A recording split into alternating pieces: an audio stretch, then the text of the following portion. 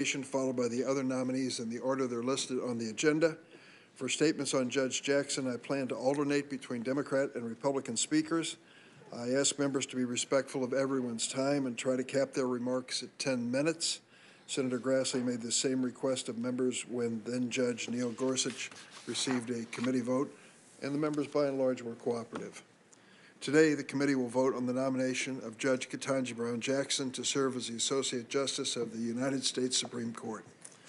This is the fourth time the committee has voted on Judge Jackson in some capacity, a reflection of her extraordinary legal career. It's the first time that the committee has had the opportunity to advance the nomination of a black woman to sit on the Supreme Court. This is an historic moment for the committee and for America. During her hearing, Judge Jackson told us about her upbringing as the daughter of parents who attended racially segregated schools. She marveled at how her youth, on the heels of the civil rights movement, differed so much from her own parents' experience. Hers is a uniquely American family story. How much hope and promise can be achieved in just one generation? I'm proud we can bear witness to it. In recent weeks, members of this committee have gone through Judge Jackson's nearly 600 judicial opinions, her detailed responses to many bipartisan questionnaires, 12,000 pages of disclosures related to her time on the U.S. Sentencing Commission, 70,000 pages of materials produced by the Obama Library in response to a bipartisan request. Last week, we held 4 days of hearings. Judge Jackson was questioned for a total of 24 hours by this committee. Throughout this process, Judge Jackson has answered thousands of questions posed to her by members of this committee. In the course of this comprehensive review, a few things are clear. For one, she has impeccable qualifications. We don't agree on much in the Senate, but not one senator on this committee has questioned that she is well qualified. She has nearly a decade of experience on the bench at both the trial and appellate levels, clerked at every level of the federal judiciary, including for Supreme Court Justice Breyer. She has worked in private practice, and she served as a member of the Bipartisan Sentencing Commission. Judge Jackson would be only the second trial court judge currently serving on the Supreme Court and the first public defender ever to serve on the court. These critical experiences bring a missing perspective to the court. It is truly unfortunate that some are trying to use them as reasons to vote against her. These baseless attacks are belied by the broad support for Judge Jackson's nomination from across the political spectrum. Law enforcement, former federal prosecutors, Republican-appointed judges, and even more have vouched for her intellect, her intelligence, her ability to build consensus, and her even-handedness. On the fourth day of hearing, the American Bar Association came before us. They went through a laborious search of her record. I want to commend the law schools, including the University of Illinois, that poured through every written word that the judge has issued in her time on the bench. I also want to commend Judge Ann Williams, a former Northern District Court judge in the state of Illinois, and then a Seventh Circuit judge as well, who headed up the ABA committee. I asked her and those who were with her from the American Bar Association a basic question. Who did you talk to? And they said they reached out to over 250 individuals, judges, prosecutors, defense lawyers, co-counsels in adversarial situations, and asked them all to tell off the record confidentially what they thought of this judge. I asked about the allegation that's been made repeatedly by a few in this committee that she's soft on crime. They said there was no evidence, none, when they spoke to the group of 250 individuals.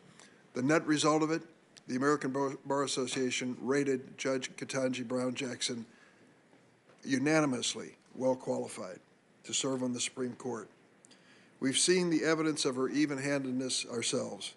In her time on the bench, she has ruled for and against law enforcement, for and against immigration enforcement, for Republican administrations and also for Democratic administrations, for and against labor groups. At her hearing, she detailed the methodology she applies to ensure that she comes to each case with an independent mind. Frankly, I found her explanation far more insightful than if she had invoked contemporary labels to describe her judicial philosophy. Her methodology is one that promotes fairness, independence, and judicial restraint. It's reflected in her decision-making. In short, Judge Jackson showed us that she's committed to equal justice under the law and ensuring the Constitution works for all Americans, not just the wealthy and powerful. I was also impressed with her judicial temperament. On the whole, my Republican colleagues, starting with my ranking member, Senator Grassley, treated the nominee with dignity and respect. They promised not to turn this confirmation process into a, quote, circus, and most kept that promise. Some, however, did not. Instead, they repeatedly interrupted and badgered Judge Jackson and accused her of vile things in front of her parents, her husband, and her children. There was table pounding, some literal, from a few of my colleagues. They repeated discredited claims about Judge Jackson's record. They impugned her motives and questioned her candor. One all but called her a liar. They even suggested that Judge Jackson, a mother to two wonderful daughters, quote, endangers children. Judge Jackson is a better person than me. She stayed calm and collected. She showed dignity, grace, and poise. It is unfortunate that some moments in our hearing came to that. But if there is one positive to take away from these attacks on her, it is that the nation saw the temperament of a good, strong person ready to serve on the highest court of the land. President Biden assured the American public he would select a nominee who is, quote, worthy of Justice Breyer's legacy of excellence and decency, someone extremely well qualified, with a brilliant legal mind, with the utmost character and integrity. Judge Jackson herself characterized Justice Breyer's legacy as one of, quote, the highest level, and that's what we saw in this room last week. Rather than simply another Justice Breyer, she will be the one and only Justice Ketanji Brown Jackson. And Justice Jackson will bring to the Supreme Court the highest level of skill, integrity, civility, and grace. Throughout its history, this Senate Judiciary Committee has been the venue for some of our nation's most significant issues, debates, and nominees. I've often thought that if you had to choose one place to stand and witness the march of America, the noble and ignoble struggles of our democracy, I would seek out a chair in this room. Today's vote is such a moment. This committee's action today is nothing less than making history. I'm honored to be part of it. I will strongly and proudly support Judge Jackson's nomination. I now turn to Ranking Member Grassley for his opening remarks. We have 6 judicial nominees, 1 executive nominee. I'll be supporting Jennifer Reardon. Ms. Reardon has spent her career litigating at some of the best law firms in the country. She's familiar with the types of cases in the Southern District of New York. Finally, take a few minutes to discuss Judge Jackson's nomination. Judge Jackson, of course, was very personable and engaging. I enjoyed the opportunity to meet her family before the hearing started. We obviously are, they obviously are, and should be proud of her achievements. Having carefully studied her record, unfortunately, I think she and I have fundamental different views on the role of judges and the role that they should play in our system of government. Because of those disagreements, I can't support her nomination.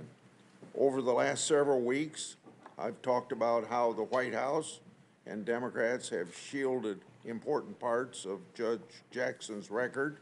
We don't have any non-public documents from her time at the Sentencing Commission. The Obama White House held back more than 48,000 pages. Judge Jackson also gave the White House confidential, non-public probation recommendations for some of her cases. But last week, we asked for other documents having to do with probation filing in the Hawkins case.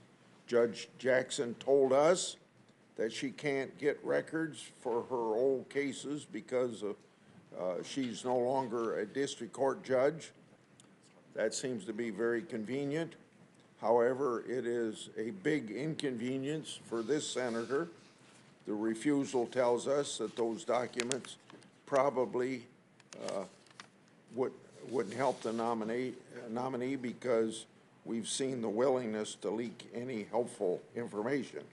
So senators have to make a decision on our nomination based on the information we have.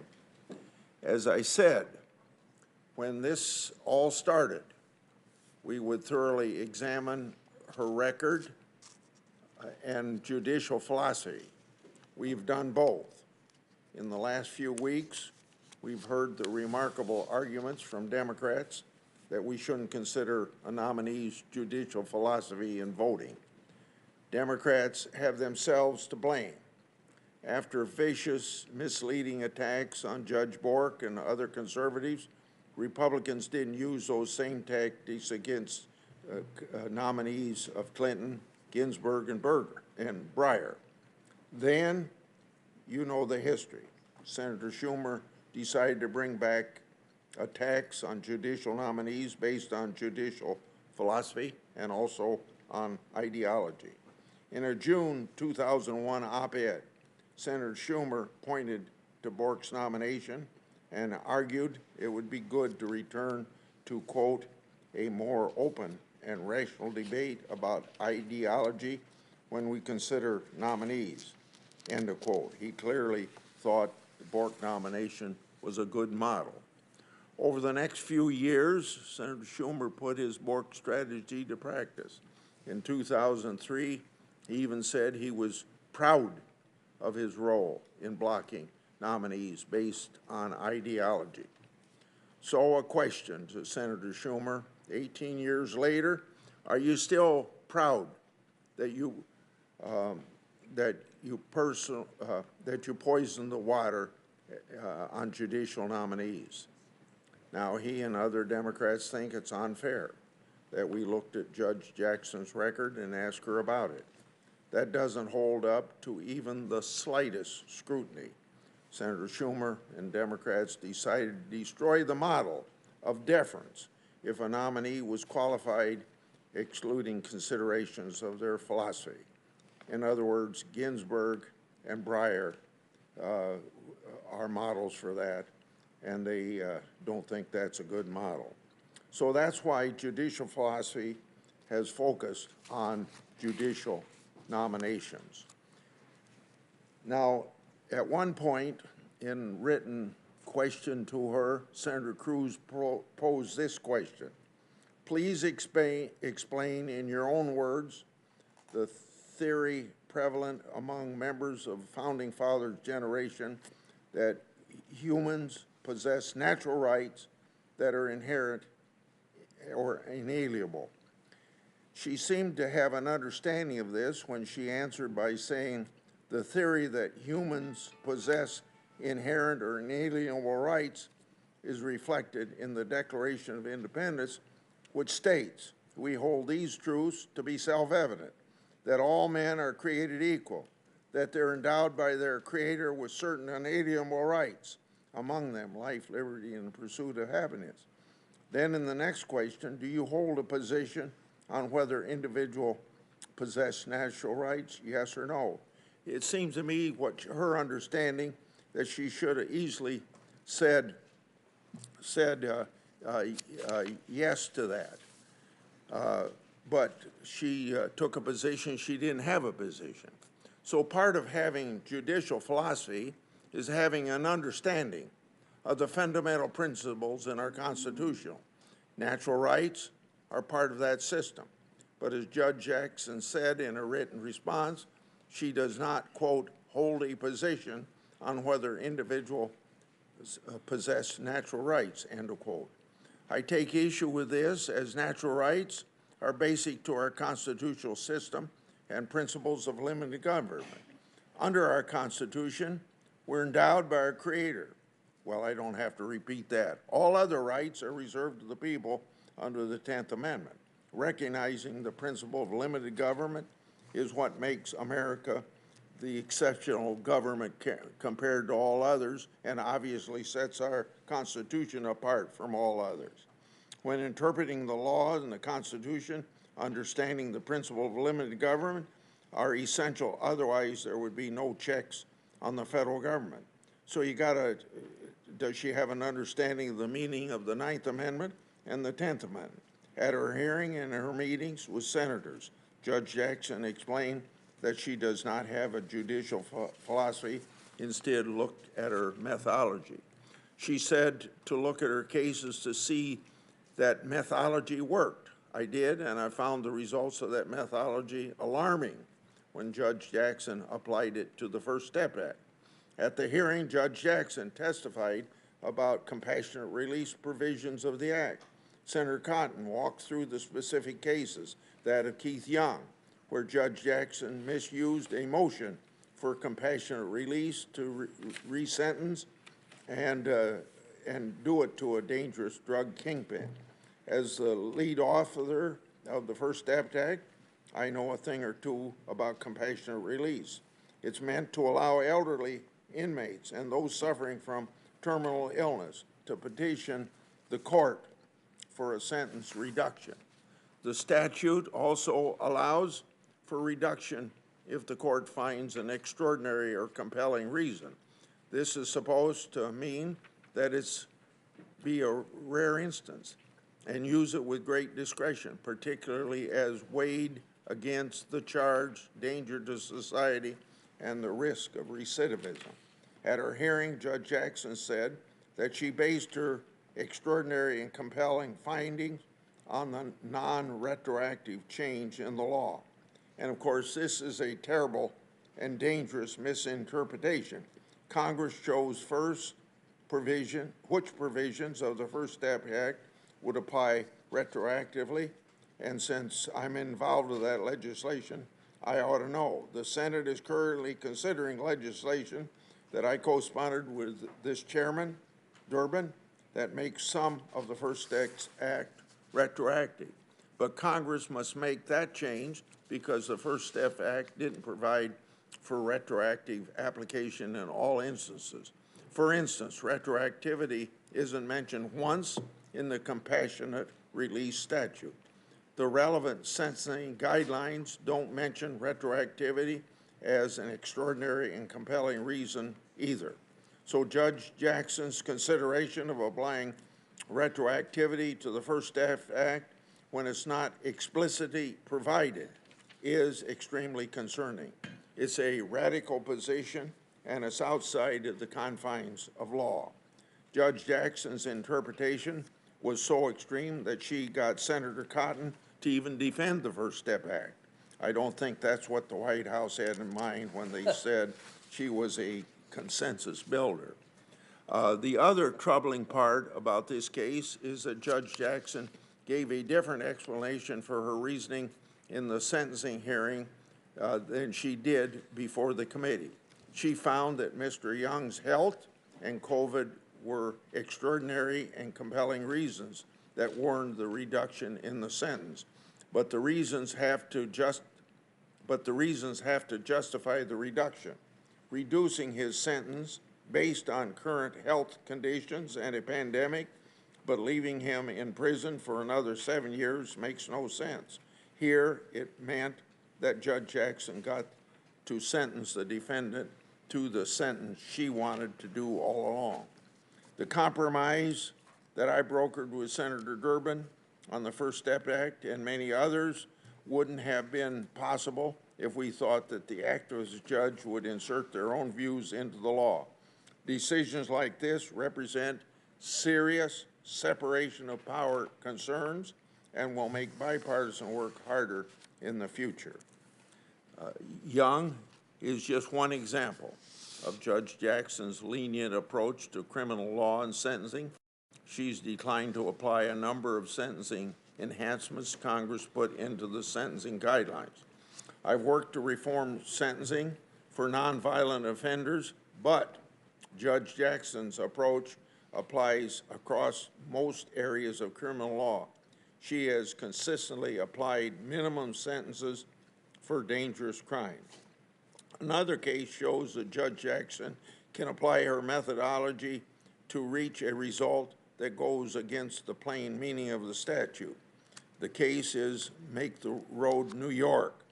It involves a question over meaning of statutory provisions to commit a decision about when illegal immigrants are subject to expedited removal to Homeland Security's sole and unreviewable discretion. But Judge Jackson concluded she could still review the agency's decision because this language didn't mean the decision was, quote, committed to agency discretion by law, end of quote. By reaching that strange conclusion, she gave herself the power to oversee Homeland Security's decisions about expedited removal. And of course, the D.C. Circuit reversed this ridiculous ruling. I think there's been bipartisan frustration with how little nominees say and how candid they are in hearings. But Judge Jackson wasn't ready to answer a number of questions other nominees were willing to answer. One senator asked Judge Jackson about the judicial philosophy for 3 sitting justices. She said she wasn't familiar or had a hard time or didn't have time to research the issue. This is a question asked in almost every interview for interns and law clerks around the country. We don't expect a nominee to say that they will agree with a specific justice 100% of the time, but it's not asking too much that a nominee be able to explain the justice's approach to the law and where they might differ. Judge Jackson also said she didn't watch and wasn't familiar with the Kavanaugh confirmation. That's pretty surprising for a sitting federal judge who worked in the same courthouse as then Judge Kavanaugh. As a member of the committee, it's hard to satisfy everyone. I've had calls to my office complaining about Senator Durbin saying good things about me, and they argue that I didn't say enough about Democrats' treatment of Kavanaugh and Barrett. And then I have Democrats who are saying I was too mean to the nominee. Throughout this process, I've focused on thoroughly and fairly assessing Judge Jackson's record. I think I've done that. We need confidence that judges will interpret the law as they're written. Judge Jackson's reinterpretation law I've helped write doesn't give me that confidence. Thank you. Thanks, Senator Grassley. Senator Leahy. Oh, thank you very much, Chair Durbin, and I will also say nice things about you. Senator Grassley and I have both been chairs of this committee, and you run the committee through this difficult time very well. I do have a statement before I begin. I constantly hear the name of former Judge Bork coming up, and as one of those who was here for the Bork hearings, I do remember what was described as a confirmation conversion as he changed his position dramatically during the hearings. I know that when it came to a vote, he did not pass the committee. As we all know, the White House was quietly trying to get him to withdraw his name, but the Democratic-controlled Senate said if he wanted a vote, we'd have a vote on the Senate floor, even if he didn't make it to the committee. He did have a vote on the Senate floor. There were at least a couple of Democrats who voted for him. There were so many Republicans who voted against him, he lost. Had all the Republicans voted for him, he would have won. But I think a number of the Republicans felt the same way that the White House quietly did. The name should have been withdrawn. It makes a nice slogan, but I think it'd be wise if we use the honest history. But now we are going to undertake one of our most consequential duties, to consider and vote whether to advance a nominee to the United States Supreme Court. Our nominee, Judge Ketanji Brown Jackson, in my mind embodies the highest ideals of our judiciary and the legal profession. During the confirmation proceedings, she put on a master class about what it means to be an independent, fair-minded justice. Her grace, intellect, temperament, wit are exactly what Americans want and deserve on our nation's highest court. I will proudly and confidently vote aye to advance her historic nomination to the U.S. Senate. This is my 21st Supreme Court confirmation process. I voted to confirm Supreme Court nominees nominated by Republican and Democratic presidents alike. I think I've voted for more Republican-nominated nominees to the Supreme Court than many of my Republican colleagues on this panel. I voted against party lines, even when it's not popular to do so. And I've always approached the consideration of Supreme Court nominees in the same manner, with an open and objective mind, giving weight to the qualifications, temperament, and record of the individual who's been nominated. That's because I've always believed, and still do, that our independent judiciary should be above partisan politics. And when I say Judge Jackson is one of the most objectively well-qualified Supreme Court nominees I've ever considered, it is rooted in decades of experience in evaluating these nominees. I know that's going to fall on deaf ears with some members of this committee, members who unfortunately cared more about seeing their sound bites on the social media field than seriously and respectfully question the nominees.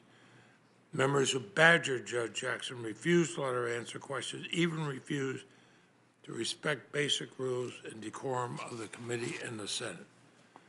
The fact that Judge Jackson maintained a calm demeanor and confidence in the face of such disrespectful behavior underscores her remarkable temperament. That's an attribute we need on our nation's highest court. But I hope there are other senators, those to whom I give great credit for asking serious questions and treating the nominee with respect, who will see this historic moment for what it is, a chance to unite across party lines around one of the most brilliant legal minds in our country, just as we did three times before on our previous confirmations. Now, a chance to elevate the first ever black woman to the Supreme Court, widening the lens of our Supreme Court's representation, ensuring that our democracy's institutions become ever more inclusive and representative with each generation. Also a chance to show Americans that the independence and integrity of our judiciary is something that we need and that we value more than our party affiliations. What a reaffirming signal it would send to the American people if we break free from the politics of the moment and unite behind Judge Jackson. What a refreshing departure that'd be from the tired tribalism that's infected virtually every corner of our political system. Judge Jackson has given me every reason to be hopeful, not only for our court, but for our country. Judge Jackson, just in being nominated, has already helped move our country forward. Millions of people across the country tuned into our hearings. They saw themselves as part of our democratic process like they never had before. That's something we should all be proud of, something we should always strive for in our system of self-government. Now, I'm a former chair of this committee. I'm president pro tem. I'm the dean of the Senate. I continue to hope that we'll be an aspirational committee and that the Senate can still serve as the conscience of the nation, as we often have before in key moments. So let's put partisanship and pettiness aside. Vote to advance this extraordinary nominee, Judge Jackson, to the Senate floor. Vote aye in ultimately confirming her to the United States Supreme Court. And realize we are in the midst of an historic moment. The history books will be taking notes. People will read this history for generations to come. And the only question we have is whether we will rise to meet this moment in history. I intend to. Thank you, Chair. Thanks, Senator Leahy. Senator Graham. Thank you very much, Mr. Chairman. What would be odd in this committee is for us all not to vote against the Supreme Court nominee, since Gorsuch anyway. So Gorsuch, Alito, Amy Coney Barrett, Kavanaugh, not one vote. About this hearing, Judge Jackson has got a lot to be proud of. She's accomplished a lot in her life. She's a good person. I'm sure she's a great mother and very gifted person. She's fought hard to be where she's at in life. I'll vote no. I'm the first time I've ever voted against any Supreme Court nominee. Let me tell you how I got there. Number one, the Supreme Court is different than the Circuit Court. I voted for her at the D.C. Circuit Court level because I'm disposed to do that. And I'm playing a game that very few people play anymore, that if you win an election, I expect you to pick somebody I wouldn't support on the court. That just sort of comes with winning. So I didn't think twice about not voting for her. But now that you're talking about the Supreme Court, you're making policy, not just bound by it. And a lot of my friends on the other side have done this, voted for a person at the district court level, the circuit court level, only to vote no at the Supreme Court level. This nomination had a political moment. President Biden can choose anybody he wants. That comes with winning. He had a lot of qualified African-American women to choose from. To me, saying up front during the election, I'm going to pick a qualified African-American woman is fine. Our folks have done that. Didn't bother me that much. It was trying to make the court look more like America. So he has a political decision he made. I respected that. Now, all of us are in politics over here. Again, I'm inclined to vote for judges of the other side. But this choice of Judge Jackson was really embraced by the most radical people in the Democratic movement, to the exclusion of everybody else. After 4 days of hearings, I now know why the left likes her so much. It became obvious to me why she was their first and apparently only choice. So there are people that President Biden could have picked that would have been in the liberal camp in terms of voting on the Supreme Court, and they could have gotten 60 to 65 votes. The White House didn't go down that road because it feels that they must pick somebody that's more appealing to the hard left. They made that choice, and we'll see how it plays out. So why am I voting no? On our side, we like judges to be bound by the written letter of the law. The immigration case that got to be sort of famous here, let's see, what was it? Make the Road, New York, et al. Versus McAleen, was a decision by President Trump and his team to fully utilize expedited removal procedures within the statutory authority granted by Congress. You couldn't have written this thing more clear that it's in the sole and unreviewable discretion of the Secretary to use expedited deportation involving people who've been here 2 years or less. Judge Jackson ruled for the Arabella-funded, supported plaintiff. I think this was probably a tryout for her. And she was overruled by the D.C. Circuit Court of Appeals. Not exactly the bastion of conservatism. There could hardly be a more definitive expression of congressional intent to lead the decision about the scope of expedited removal within statutory bounds to the Secretary's independent judgment. The forceful phrase, sole and unreviewable discretion by its exceptional terms, heralds Congress's judgment to commit the decision exclusively to agency's discretion. Well, she took the plain meaning of the statute, set it aside, did legal gymnastics to basically issue a temporary injunction. That, to me, says everything I need to know about how she's going to govern. She wants the outcome, she's going to find it. She's going to get it. Activist to the core. The child pornography cases. Didn't know much about it until we sort of had the hearing.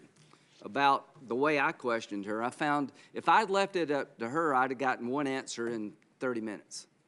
So I don't know how you question witnesses. I interrupt when I think they're being evasive. I let them talk when I think they're answering the question. But this hearing is coming to an end. If you compare this to Kavanaugh, you've missed a lot. I've never complained about Kavanaugh or anybody else being asked a hard question. I have complained about their lives being destroyed by a coordinated effort of Democrats and the mainstream media trying to destroy somebody to keep the seat open. That didn't happen here. So I found her completely evasive. But when you did dig into it, after a lot of digging, you found out something, I found out something that was astonishing. In the area of child pornography cases, it's not so much that she is out of sync with the average sentence, which she is, and Senator Cruz, you did a great job proving that. Senator Hawley, you dug into her philosophy about how you sentence somebody, and I'm glad you did. What I found was that she routinely sets aside 2 enhancement factors when it comes to increasing sentence. She will not, as a general policy disagreement with respect to these 2 enhancements, that is computers and the number of images, she does not hold that against the defendant, the perpetrator. I couldn't disagree more. And if you're a judge out there coming before this committee and you want to get promoted, you have this philosophy, you're going to run into a problem with me. There are 85 million images of children being exploited on the internet. The statute was written to deal with mail, where child pornographers were mail images of children. Along comes the internet, as she said. Now it's so easy in the confines of your office or your home to hit a button and download hundreds, if not thousands, of images, and she felt like that would be unfair to the defendant. I don't. Every time you hit a button downloading an image of a child being sexually abused, I want you to go to jail longer, because every time you hit a button, you're destroying a life. I think she's got this completely backwards. I think you should be enhancing the sentence. The more you download, the more you go to jail. And if you don't do that, we're never going to get this right. And she doesn't hold it against the defendant to go to the venue of choice. I want to deter people from going to the internet and downloading a bunch of child porn by putting them in jail longer, not less. The fact that she took those 2 sentencing enhancements off the table because she thought it'd be unfair to the defendant because it's so easy, to me, she just lost me completely in this area. I'm not suggesting she likes what's happening in child pornography. She's not offended. I'm sure she is. I'm sure she's seen a lot of things that offends her, but she's a judge. She has a chance to deter the crime. She has a chance to impose a sentence that would deter it, and she chose not to. I think that is a terribly bad choice, and this committee, if anything comes out of this hearing constructively, is that we will pass a law changing that so every judge has to hold it against a child pornographer. The more you download, the longer you go to jail should be the rule. And we should insist that using the internet is a bad thing in child pornography, not a neutral thing.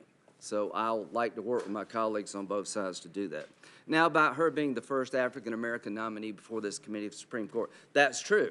And the reason that's true is because of what y'all did to Janice Rogers Brown. The only reason that's true is because my Democratic colleagues back in 2005 filibustered for 2 years, 2003 to 5, Janice Rogers Brown, a Supreme Court justice from the state of California that was picked by President Bush to be on the D.C. Circuit Court of Appeal, the same court that I voted for Judge Jackson. It's kind of a one level below the Supreme Court. And for 2 years, there was a wholesale filibuster of her. And when it got to be possible for her to be on the Supreme Court as a possibility, then Senator Biden said she would be filibustered. Senator Durbin, Senator Schumer, all filibustered her and told this body that if you pick her, she's likely to be filibustered. That's why Judge Jackson is the first African-American nominee to come before this body to be on the Supreme Court, because you made it that way. Because when you had a chance to support an African-American conservative, you used her ideology against her. You blocked her from being considered by this committee, and we're supposed to be like trained seals over here clapping when you appoint a liberal. That's not going to work. We live in America today where your ideology is held against you if you're a conservative, and when you're a liberal, we're supposed to embrace everything about you and not ask hard questions. That's not the world we're going to live in. And I'll say this, if we get back the Senate and we're in charge of this body, and there's judicial openings, we will talk to our colleagues on the other side, but if we're in charge, she would not have been before this committee. You would have had somebody more moderate than this. So I want you to know right now, the process you started to go to a simple majority vote is going to rear its head here pretty soon, where we're in charge. Then we'll talk about judges differently. Thank you, Senator Graham. Senator Feinstein. Thank you very much, Mr. Chairman. I'm very pleased that the committee is moving forward with our consideration of Judge Ketanji Brown Jackson, and I want to tell you why. I find that she's an exceptional nominee with impeccable credentials. She has broad and relevant experience and a clear record of well-reasoned legal decisions from her 9 years on the federal bench. Now, where do I get this? She has been before us 3 times already, receiving bipartisan support to serve first on the Sentencing Commission in 2010, as a federal district court judge in 2013, and as a federal appellate court judge in 2021. She has been tested. And based on her record and the testimony, I believe she's again deserving of full support. She is precisely the type of nominee that senators on both sides of this aisle should want on the Supreme Court. First, she applies a clear and fair method in deciding her cases, has demonstrated a remarkable judicial temperament. She faithfully applies the law in each case. In her 8 years as a federal district court judge, she had the very low reversal rate of only 2%, which is well below the national average. And it's especially impressive because she served on the D.C. District Court, which hears very challenging issues, many of which end up at the Supreme Court. During the hearings, we heard testimony from retired Judge Thomas Griffith, who was appointed to the D.C. Circuit by President George W. Bush. Judge Griffith told us that Judge Jackson, and I quote his words, will adjudicate based on the facts and the law, and not as a partisan. He testified he had, quote, always respected her careful approach, extraordinary judicial understanding, and collegial manner, end quote. We heard similar comments from representatives of the American Bar Association, judges, attorneys who have worked with her over the course of her career. They testified that Judge Jackson is universally and highly regarded for her intellect, her integrity, her judgment, and her writing and analytical skills. Both prosecutors and defense attorneys have praised Judge Jackson, and I quote, as thorough, hardworking, and extremely well prepared. Judge Jackson is widely respected, and it's clear to me that her colleagues on the bench and the lawyers who argued before her have no doubt that she would make a fine addition to the Supreme Court. So I have no doubt either. It's clear to me that Judge Jackson believes it's the role of a judge to serve as an impartial decision maker. And as a judge, she considers the facts and the law for each particular case that comes before her to arrive in an outcome that's fair and under the law. I am very proud to support her nomination. Thanks, Mr. Chairman. Thank you, Senator Feinstein. Senator Cornyn.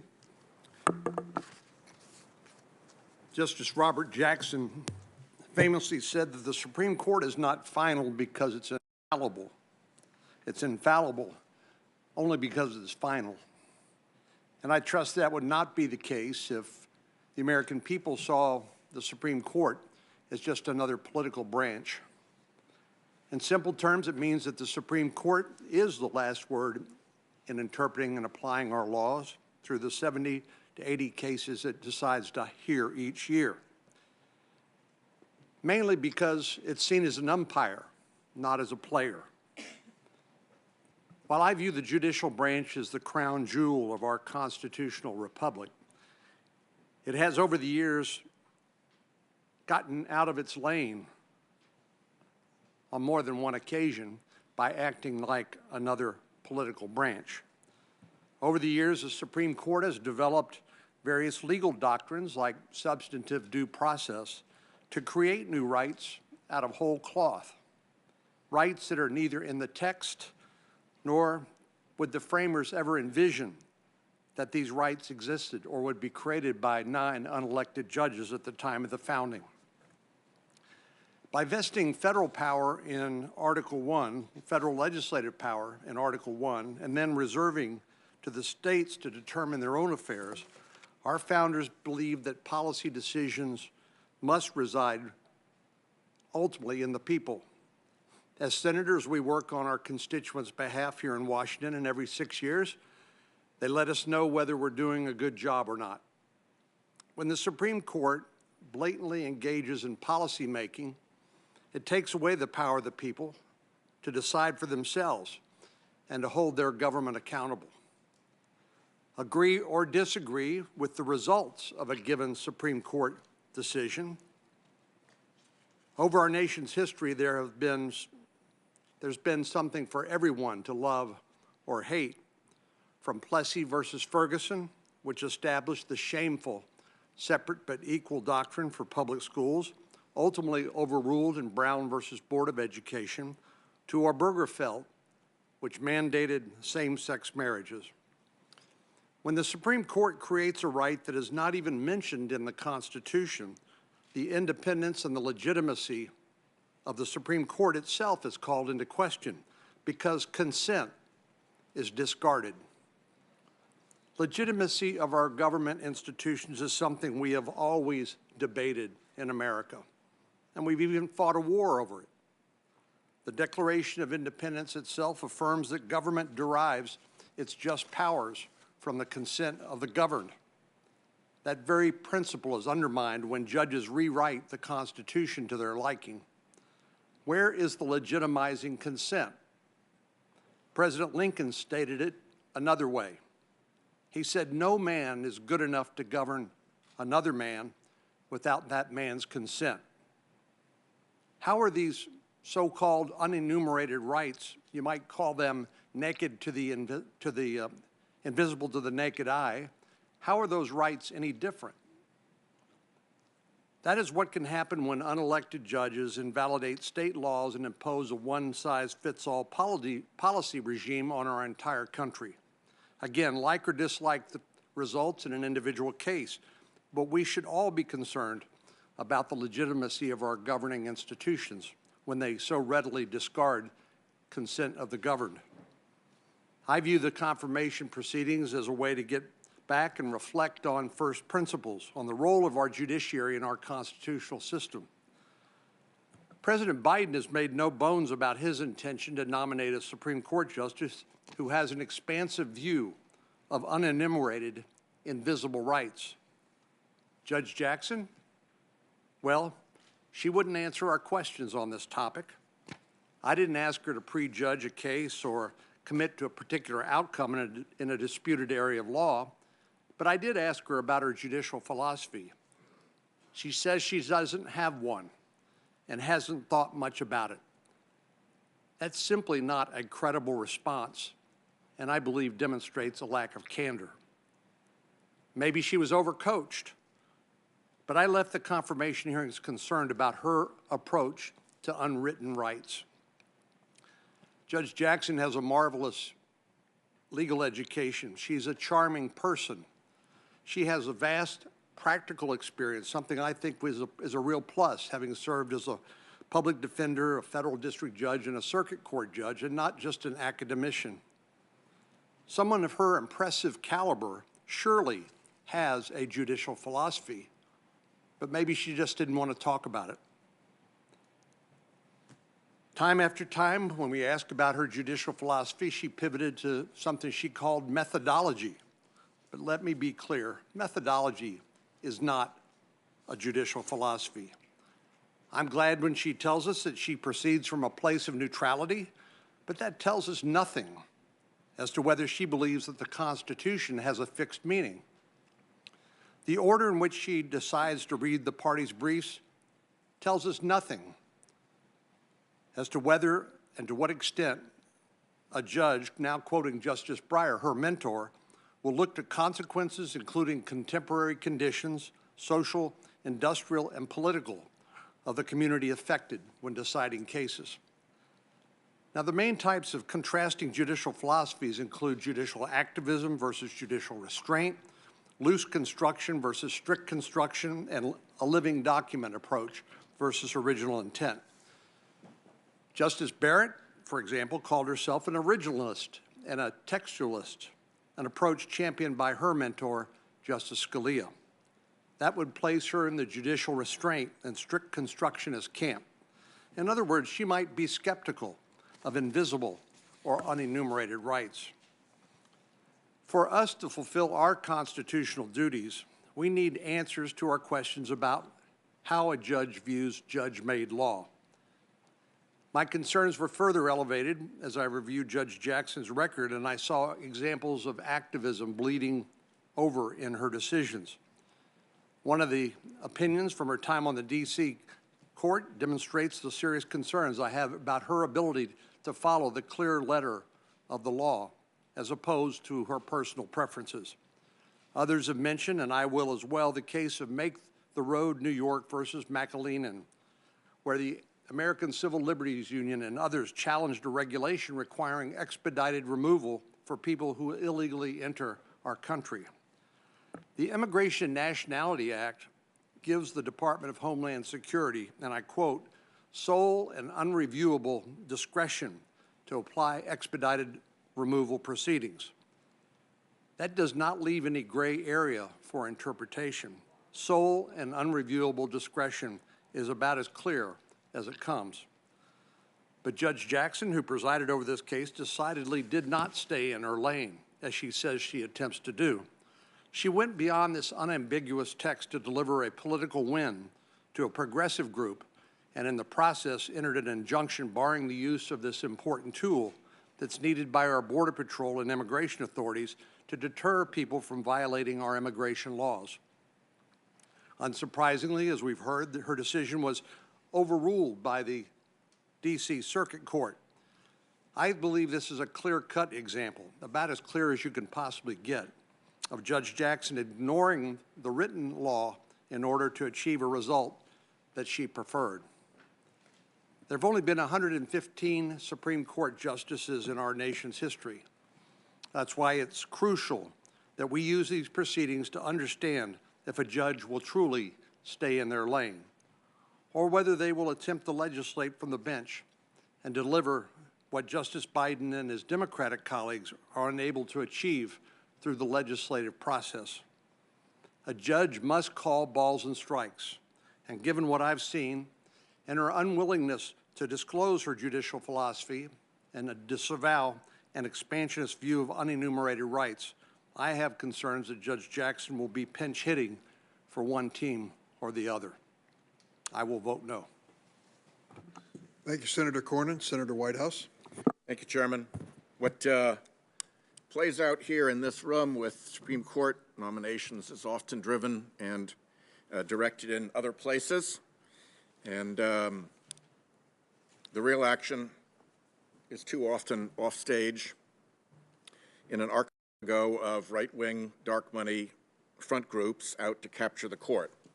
That is where the real story lies. When Republicans appoint to the Supreme Court, the selections come out of that archipelago of front groups, paid for by big anonymous donors, what we call dark money. When Democrats appoint to the Supreme Court, their objections come out of that same archipelago of front groups, paid for by big anonymous donors, the dark money groups. We have heard a lot about judicial philosophy during the course of this. Well, if you bring a judicial philosophy to these proceedings, I think we do need to examine it, because the judicial philosophy is so often a mask for predispositions.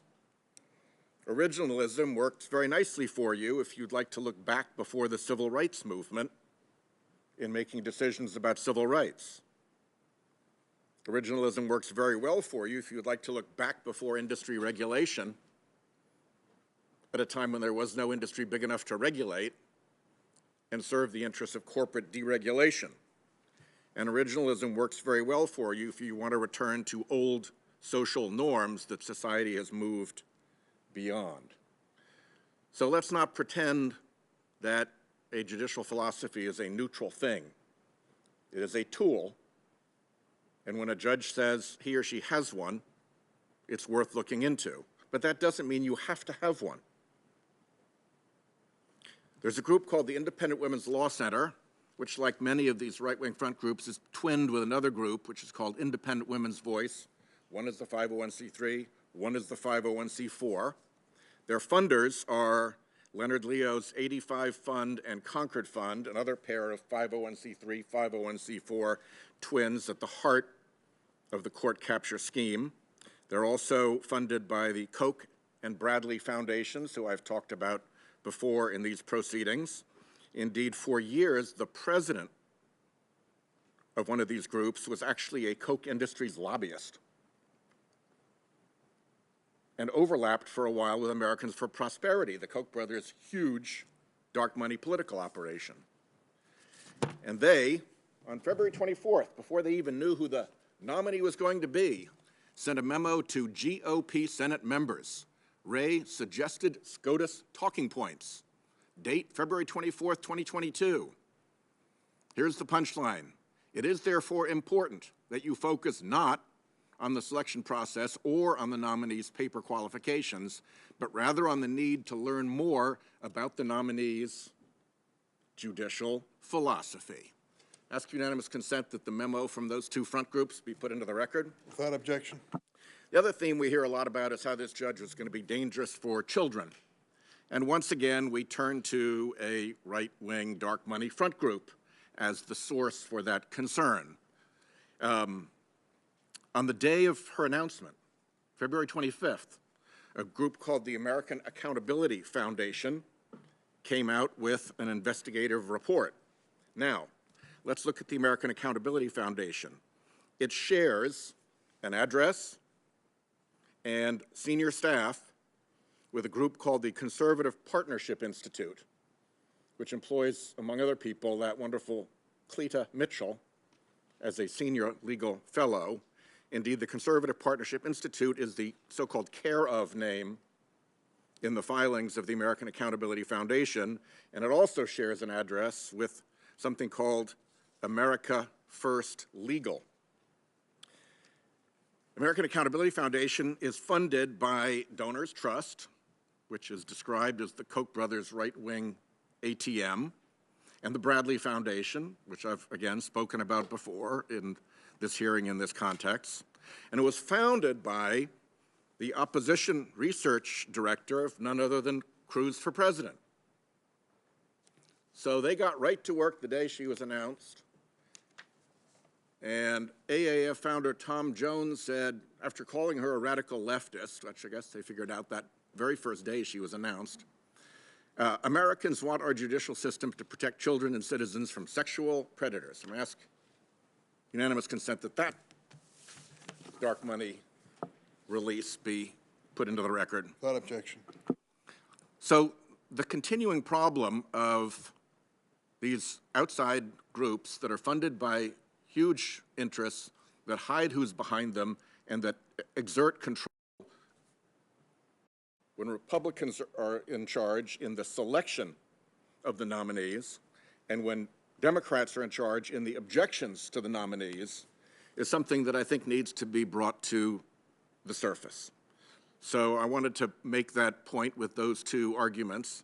I'd also like to point out, just because I've been a prosecutor and seen some of this stuff, and spoken to Rhode Island judges, federal judges about this, I'm told that the two most disfavored guidelines in the entire sentencing scheme are the crack powder cocaine disparity and the pornography possession guidelines. And that's widely accepted throughout the judiciary, which we've heard from many other members of the judiciary.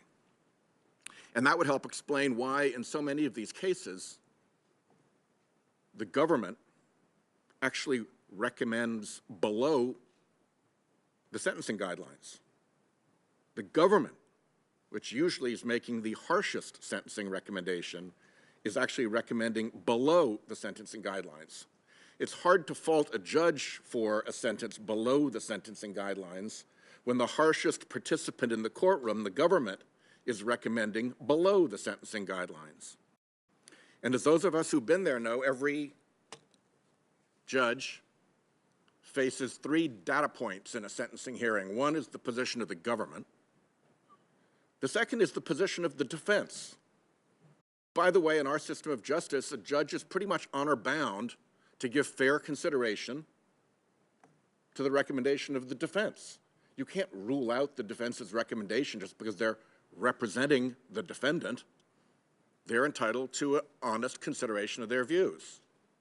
And then there's the probation office, which serves the court and makes its own recommendation based on an exhaustive personal review of the defendant, of the family, of the victims, of the circumstances, and comes up with a sentencing recommendation. And when you look at all 3 of those data points that a judge has to face, and when you look at the widespread acceptance of the fact that this particular sentencing guideline is widely thought across the judiciary to have a serious problem with it, and you actually look at where these sentences fall in that actual matrix, there is nothing to see here. This is all part of what was cooked up by the former opposition research director for one of our colleagues, this dark money funded American Accountability Foundation. With that, I think it's unfortunate what she had to go through. I think what's really unfortunate is whoever's behind all this nonsense doesn't just stand up and show who they are. Admit it. Show who wrote the check to the Judicial Crisis Network for $15 million or $17 million. It's a pretty big check to write. Who wrote that check to get the ads up on the air for Kavanaugh? Who wrote that check to get the ads up on the air for Gorsuch? Who wrote that check to get the ads up on the air for Barrett? And what business did they have before the court that caused them to write checks that big? That is a mystery that we need to solve. There's been a lot of criticism of dark money on all sides of the panel here during the course of this discussion. Well, everybody's going to have a nice chance to prove it in the months ahead when we bring up the Disclose Act for a vote, and we're given the opportunity to get rid of this poisonous stuff for once and for all. Thank you, Chairman. Thank you, Senator Whitehouse. Senator Lee. Thank you, Mr. Chairman. I appreciated the willingness of Judge Jackson to come before our committee and answer questions. I've enjoyed getting to know her. She seems like a wonderful human being, one who's dedicated to her family.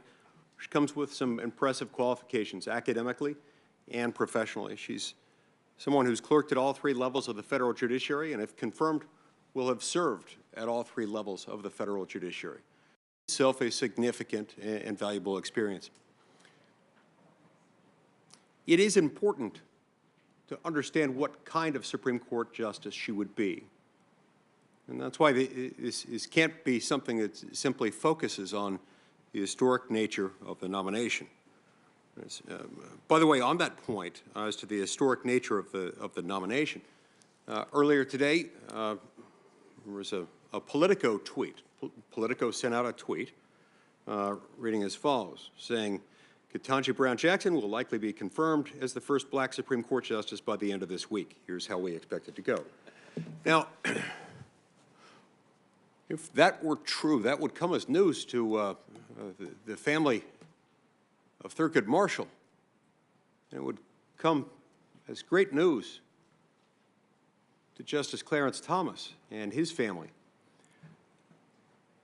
When we hear, as we've heard today, calls for making sure that we respect the need to show inclusiveness, let's remember how members of this committee have treated others. Let's remember how they treated Justice Clarence Thomas. Let's remember how they're still treating Justice Clarence Thomas, how people on the left are savagely attacking him. One of the most decent human beings that I've ever known, one of the most decent human beings and brilliant jurists ever to serve on the Supreme Court of the United States, or any court for that matter. Let's remember how members of this committee and people on the left treated Janice Rogers Brown and Miguel Estrada. So if you're going to make it about inclusiveness, let's remember to be inclusive in our discussion of inclusiveness.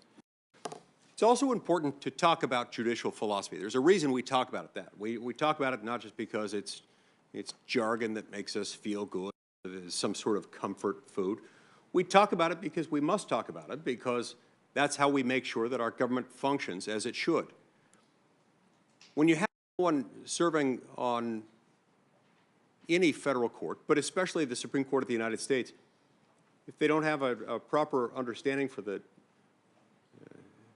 limited role of the federal judiciary, for the separation of powers between the three branches, the judicial branch can become very dangerous, in which the will of the people can be thwarted by justices who are not willing to recognize limits on their own power, limits on their own jurisdiction. Judges and justices who can't recognize what they're empowered to do, and that their role is not a policy-making one, but an. We should look at her record. So we looked at her record. We've got a lot of things in her record that we found concerning, including a couple of cases in which she acted without jurisdiction. The Make the Road New York case is a troubling example of this, as is the AFGE versus Trump case. In both circumstances, she took an executive action taken within the Trump administration, action that she apparently disagreed with, and issued declaratory and injunctive relief to invalidate those actions. And in both cases, she was overturned by the left-leaning U.S. Court of Appeals for the D.C. Circuit. These cases haven't gotten as much attention as some of her other rulings, as some of her sentencing decisions, but they're very, very significant. They're deeply troubling to me, because when someone's willing to act when they lack jurisdiction and or when they don't have a valid cause of action upon which to grant that relief, that's someone who's cutting at the heart of the limits on judicial authority and creating a dangerous set of circumstances. So we're told to look at her record, and yet much of what we see from her record is disturbing. We're told to look at her record, and yet we still don't have significant portions of her record on another disturbing line of rulings, those dealing with her sentencing imposed in child pornography cases. Now, she made the argument, and many on this committee have made the argument for her as well, that, you know, all judges sentence this far out of the guidelines, as far out of the guidelines as she did in those cases, as if she were somehow within the mainstream of judges on sentencing cases like these. But based on what we've seen, she sentences 47% below the national average. Then just 3 days ago, and over a week after the hearings were concluded, we received the sentencing transcripts from a case where Judge Jackson gave yet another light sentence to a violent child rapist who failed to give truthful information to the court, falsified his address for purposes of requiring a sex offender registry participation. In this instance, the defendant, Mr. Weeks, sexually assaulted another female family member shortly after being released. He then bribed the victim, apparently, into refusing to testify against him. Mr. Weeks would have been in prison and unable to sexually assault his sister-in-law if Jackson hadn't sentenced him below the guidelines range and below the government's recommendation. Now, Judge Jackson insists that her sentences are based on mitigating factors, those articulated in 18 U.S.C. Section 3553, and that we could understand that if only we had the record before us. Now, for whatever reason, the White House and the Democrats on this committee aren't all that concerned about making sure we have that record. And in fact, they seem determined to do the opposite of that.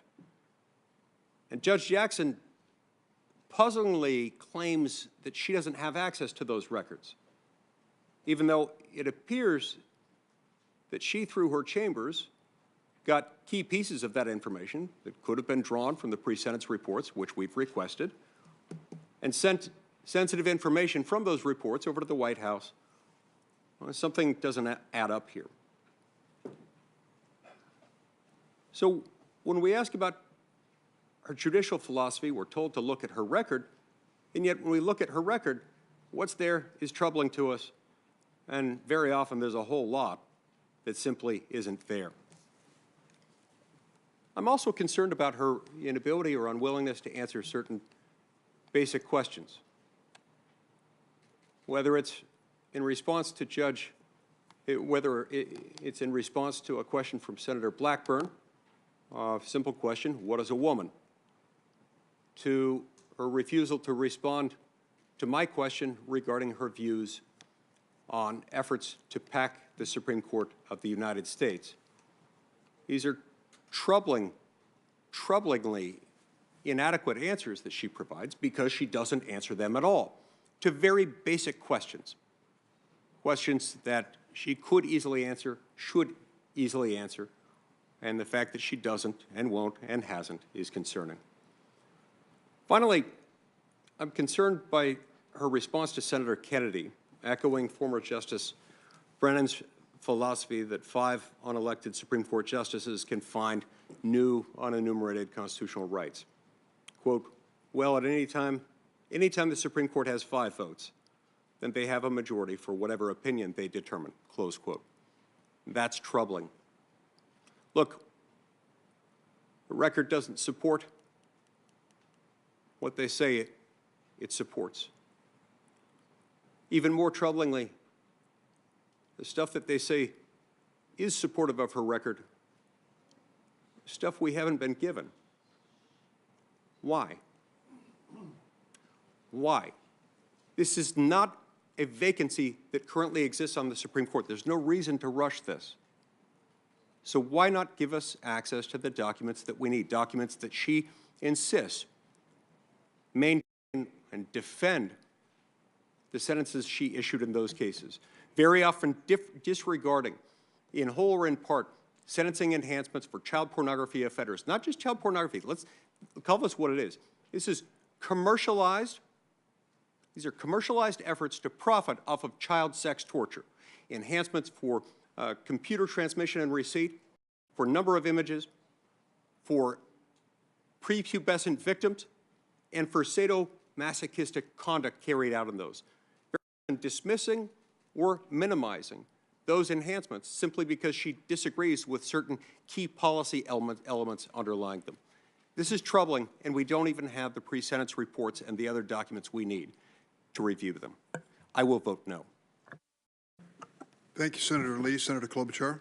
Thank you very much, Mr. Chairman. I want to start out by thanking you and Senator Grassley for your leadership. Senator Grassley, when you mentioned going home the first day and your wife saying the thing she liked best at the hearing was Judge Jackson's opening statement, thank you for setting that tone and for sharing that story. And you, Senator Durbin, having to chair this, I was remembering Justice Roberts' line that he was, as a judge, he would be calling balls and strikes, and I was thinking you had to do a lot more than that. You have to call wild pitches and foul balls, and as spring training starts, this is all on my mind, you have to take a lot of curveballs. But what you did for all of us, for both teams, was to remind us why we are here. Democracy brought us here, and this isn't just our ballpark or our playing field. This is America's ballpark. This is America's court, and thank you so much for that.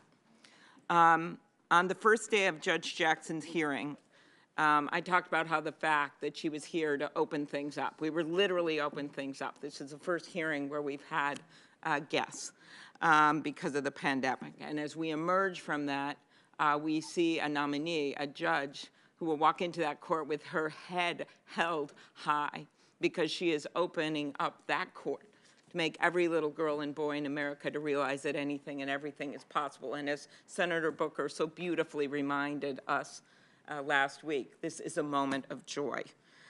She is truly an inspiration to young black girls like D.C. resident Maddie Morgan. I was on a walk, and her dad, I didn't know him, jumped out of a car because he saw me walking to bring a letter to me that she had written the President of the United States, 11 years old, and she asked President Biden that she be considered when he was looking for justices.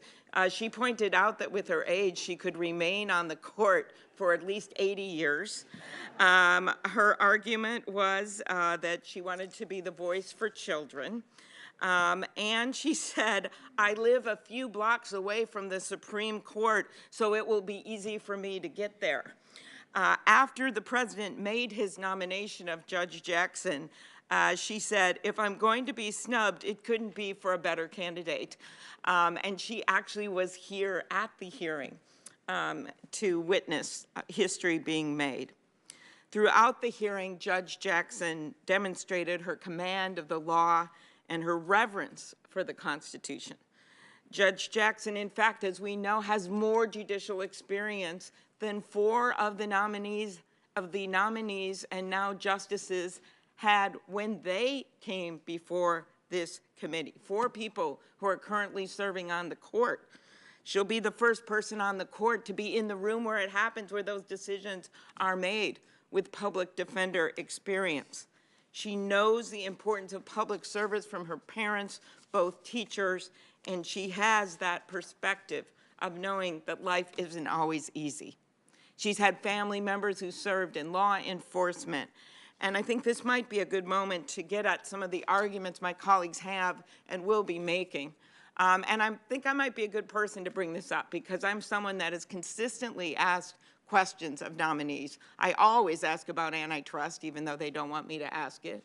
I always ask about the First Amendment and many detailed questions about stare decisis and the like. And I was the one on this committee that one of the nominees actually apologized to, not for what I did, but what he said. And I want to get at some of the criticisms that we have heard lodged against this great woman. When we hear about this child pornography, what I see a mom who opened up her heart to all of us and explained to all of us how no one can be the perfect mom, no matter how hard you try. I see a woman of deep faith who was questioned about that and explained her deep faith many, many times. Let's look at the facts. In 8 of the 11 child pornography cases that Judge Jackson handled, she gave a sentence at or above either the probation office recommendations. And when she imposed other sentences, it was because she looked at the case carefully. And by the way, she made her own decision. Maybe not everyone in this room would have agreed with it, but she was being a judge.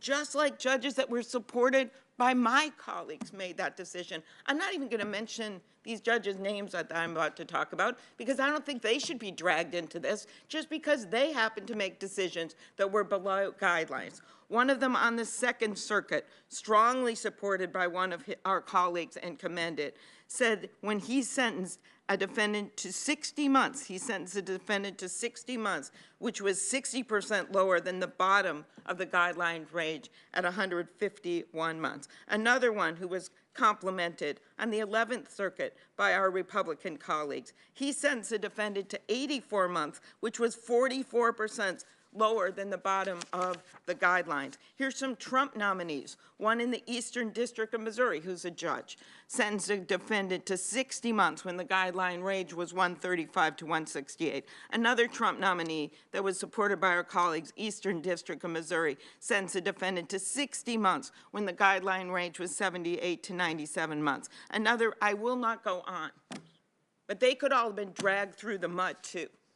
They could have been dragged through the mud and called names with these kinds of implications. Last week, the committee received a letter from a former federal child exploitation prosecutor in the District of Columbia who wrote that Judge Jackson, quote, had a reputation for carefully considering the circumstances of every case, and that former and current prosecutors note that she was thoughtful and individualized in her approach to these cases. And if you really want to go deep into the details here, Senator Cruz released a chart saying the average sentence imposed by Judge Jackson in possession cases, possession of porn, is 29.3 months. But it is on only 4 cases and omits one that would raise her average to 52 months, much closer to the reported national average of 60 months. And if you were considering all of her non-production cases, possession, receipt, distribution of pornography, and yes, as a former prosecutor, I know these differences, average sentence imposed was 65 months. I literally cannot even believe that I'm going into these details, but I am. Last, when we hear about judicial philosophy, let me quote Judge Roberts in his own hearing. He said, well, I have said I do not have an overarching judicial philosophy. I think we heard this great judge and how she's going to decide cases. She's going to decide cases with fairness, and she's going to do the best thing, and she's going to look at the facts, and she's going to look at the law, and she's going to make a decision. She recognizes, as she told me at her hearing, that public confidence in the court is crucial. That's why she's always written such long and transparent decisions to explain to the public her reasoning. She told me about her deep commitment to judicial independence. When I asked her about stare decisis, she said that if there were massive shifts every time a new justice came on or every time new circumstances arose, there would be a concern that public confidence would be eroded. As she put it, stare decisis, looking at the past cases, I'm just paraphrasing that, furthers the rule of law in this country. She is someone that understands and has shown her ability to take on complex matters. But just as importantly, she's someone who understands the real-world impact of courts' decisions. She understands that those words on the page aren't just words. Those words on the page can change people's lives, whether they can get health care, what their options are, if they can have clean water and air, even if they're going to be able to vote, when they're going to be able to vote, and how they're going to be able to vote. At this critical moment in our history, Judge Jackson has the qualities to make sure that the court and the Constitution, in Justice Breyer's words, work for the people of today. She will bring to the court her rich experience as a judge, a working mom, a family member who has law enforcement, a child of teachers, a former public defender, and a deeply committed public servant. Her story is a quintessentially American one. And as she put it, her success is, quote, a testament to the hope and promise of this country. Now, it is our duty as senators on this committee to take on that hope and promise of America. And remember, as this day moves forward, and as we hear from our colleagues, and we take this vote, that this is all about that spirit of hope and promise. And let's make Maddie Morgan proud. Thank you. Thanks, Senator Klobuchar. Senator Cruz. Thank you, Mr. Chairman. There are more consequential decisions the Senate undertakes or this committee undertakes than the nomination and confirmation of Supreme Court justices. Judge Jackson is charming. She's talented. She has an inspiring life story.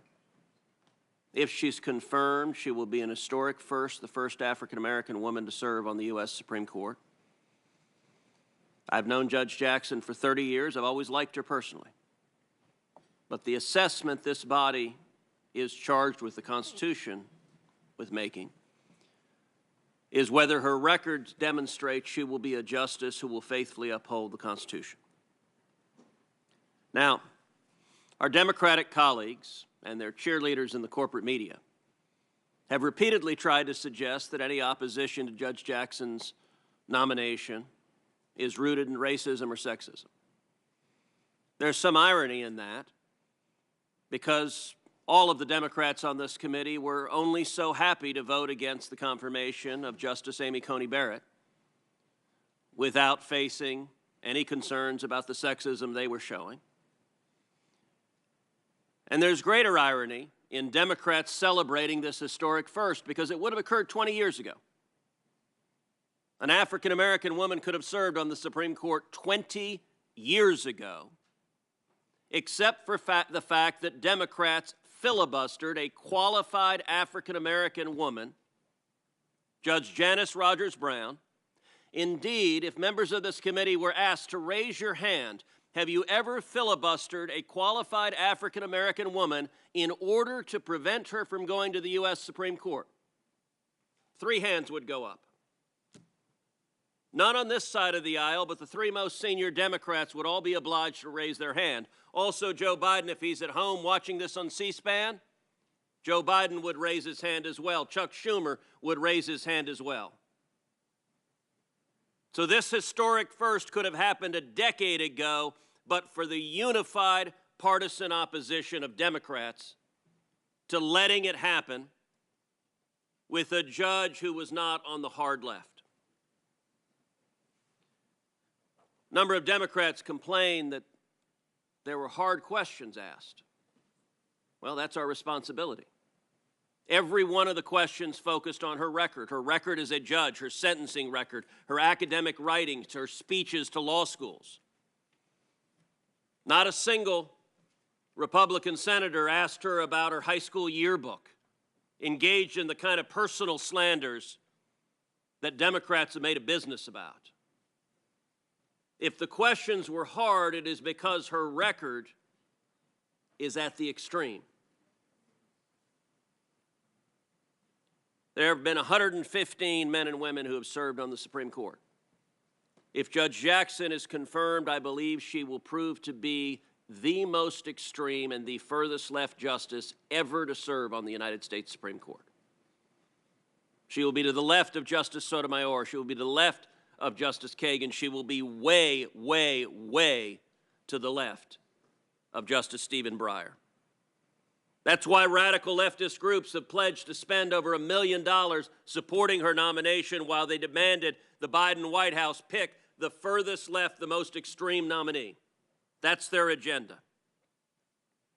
Now, our Democratic colleagues like to pretend they don't support the agenda this justice can be predicted to follow. Based on her record, if she is confirmed, I think the odds are virtually 100% that she will vote to overturn Heller versus District of Columbia, which means she will vote to overturn, to take away the Second Amendment right to keep and bear arms of every individual. If she is confirmed, which means she will vote to take away the free speech rights of Americans to participate in the political process.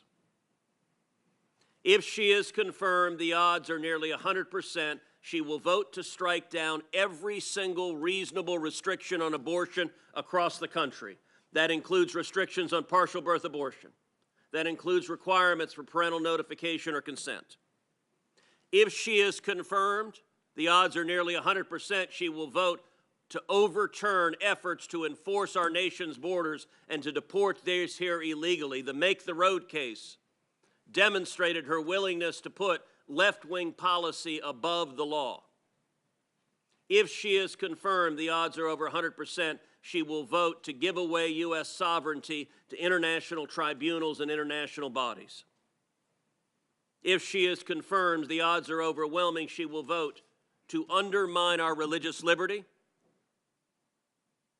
and to overturn decisions like Zellman versus Simmons-Harris, the 5-4 landmark decision that upheld school choice. Understand the consequence of this nomination. If she is confirmed, the odds are very, very high she will vote to throw out school choice programs all across this country.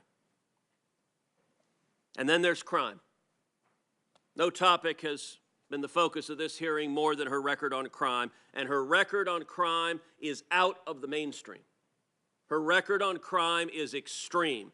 Now, our Democratic colleagues have responded with a straw man. They've responded saying, well, judges all over the country sentence below the guidelines. When you look at her record, it's not just below the guidelines, though. in 100% of the child pornography cases where Judge Jackson had discretion, 100%, she sentenced not just below the guidelines, but below where the prosecutor asked, and usually substantially below.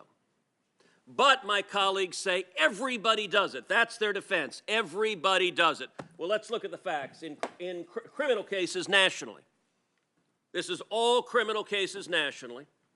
If you compare Judge Jackson's record in criminal cases nationally, her average sentence is 29.9 months. The national average is 45.1 months. So that's all crimes, murder, rape, anything that's a crime, all of them on the national statistics. She sentences a third lower than the national average. The Democrats' argument, everybody does it, doesn't stand up to the scrutiny. But when you look in particular at child pornography, a topic that is disturbing, the Democrats say, well, gosh, she doesn't like child pornography. Of course she doesn't. No rational person does. It's horrible. My Democratic colleagues go to the Senate floor and they read from her statements talking about these are not victimless crimes. These are little boys and little girls being horribly, violently assaulted. It stays with them their whole lives. I agree with what she says, but she says that and then turns around and gives the defendant, the criminal, a slap on the wrist. And if you look at the records, possession of child pornography, the national average is 68 months. That's every federal district judge in the country. What is Judge Jackson's average? 29.2 months. She sentences 57% lower than the national average, 57%. Even more disturbing, distribution. The national average for distributing child porn, videos of little children being sexually assaulted, the national average is 135 months. 11 years. That's a long sentence because it's a horrible crime. Her average is 71.9 months. That's 47% less, but this is even more striking when you realize that the mandatory minimum for distributing child porn is 60 months. That under federal law, you can't go below 60 months. What that means is that judges across the country on average sentence those distributing child porn to 75 months longer than the mandatory minimum. And Judge Jackson sentences them on average to 11.9 months longer. Now, the Democrats suggest this is cherry picking. This is based on every single child pornography case she's decided. And by the way, we just last week after the hearing got information on another case, United States versus Weeks, of an individual who raped his 13-year-old niece. Judge Jackson sentenced him to half what the prosecutors wanted because he failed to register on a sex registry and went to work at a daycare. While he was released early because of Judge Jackson's sentence, he committed another sexual assault, a rape. Again, she had him before her, and again, she sentenced him to half what the prosecutors sought. This is a pattern.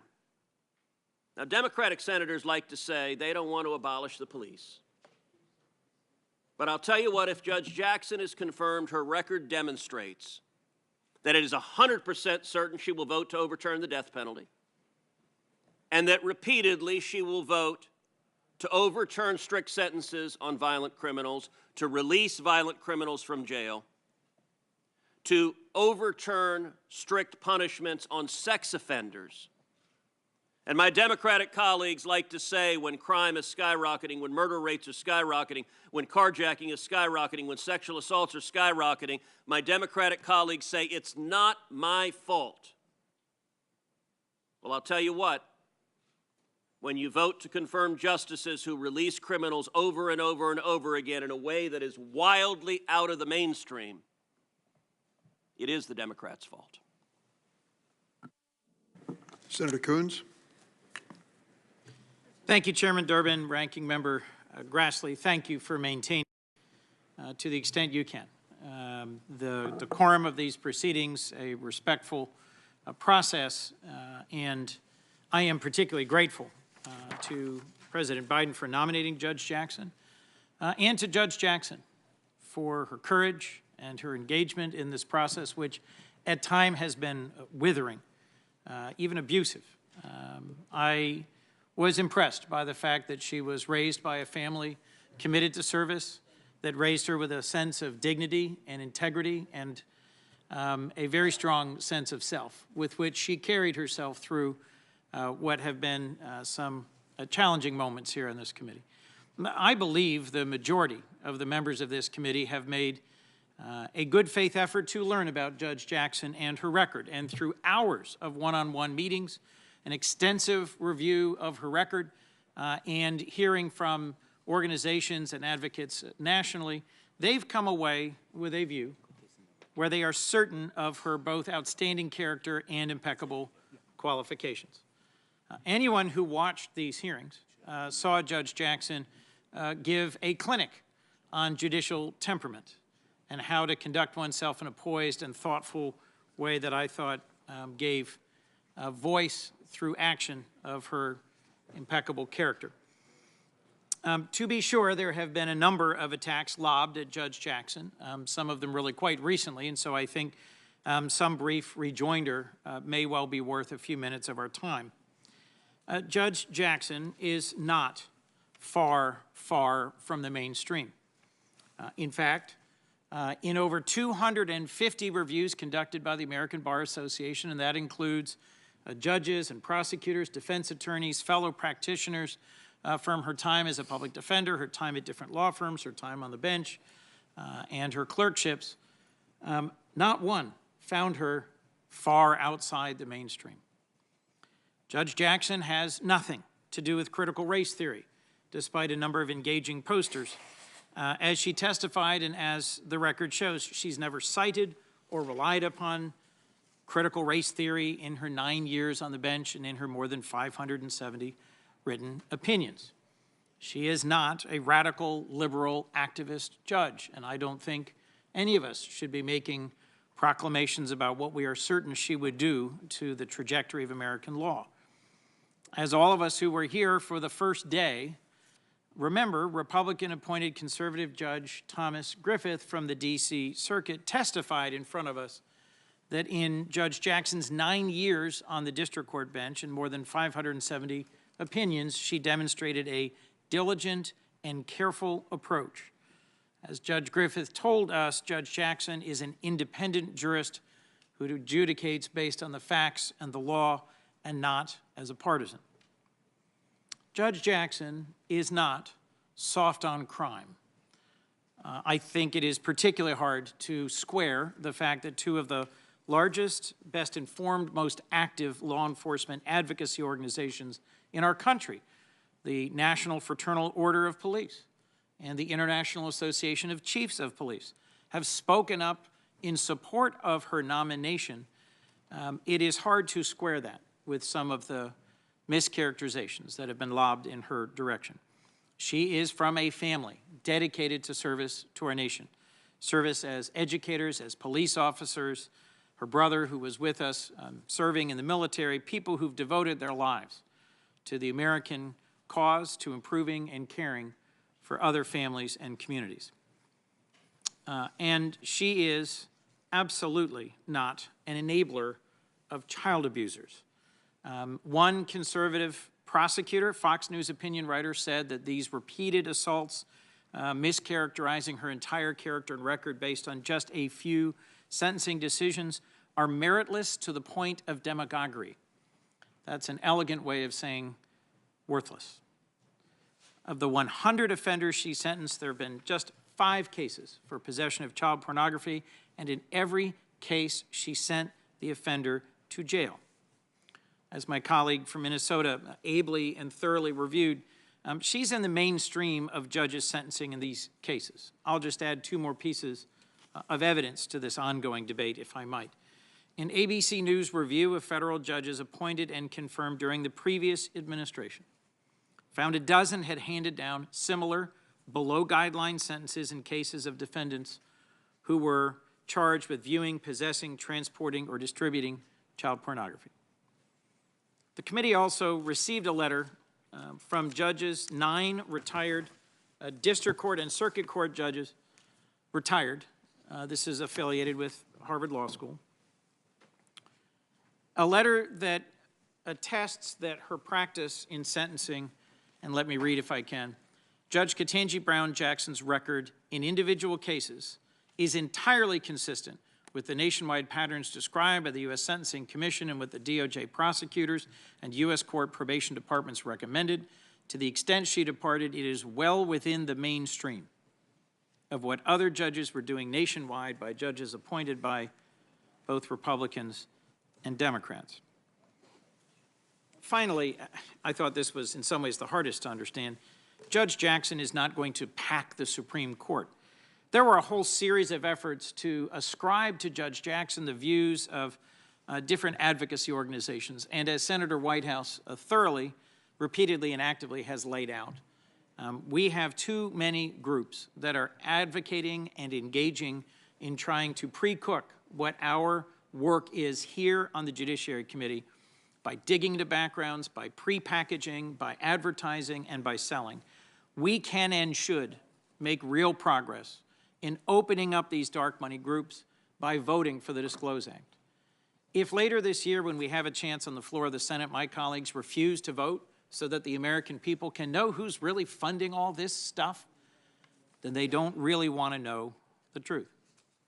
There's a lot more that I could present this morning to lay out the truth behind all of these aggressive, and I would say often baseless, attacks on Judge Jackson.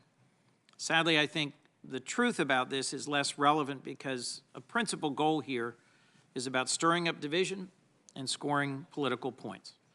Instead of a conversation about the significance of Judge Jackson becoming the first black woman to sit on our nation's highest court, what it will mean to have a Supreme Court justice who's served as a trial judge for nearly a decade and as a federal public defender and as a private practitioner and as a clerk at all levels, what it will mean for her experiences, her life, her grounding, her faith, her character, to be part of the deliberation of our nation's highest court. Instead, sadly, we are treated to a series of, I think, meritless attacks that were more distraction than substance.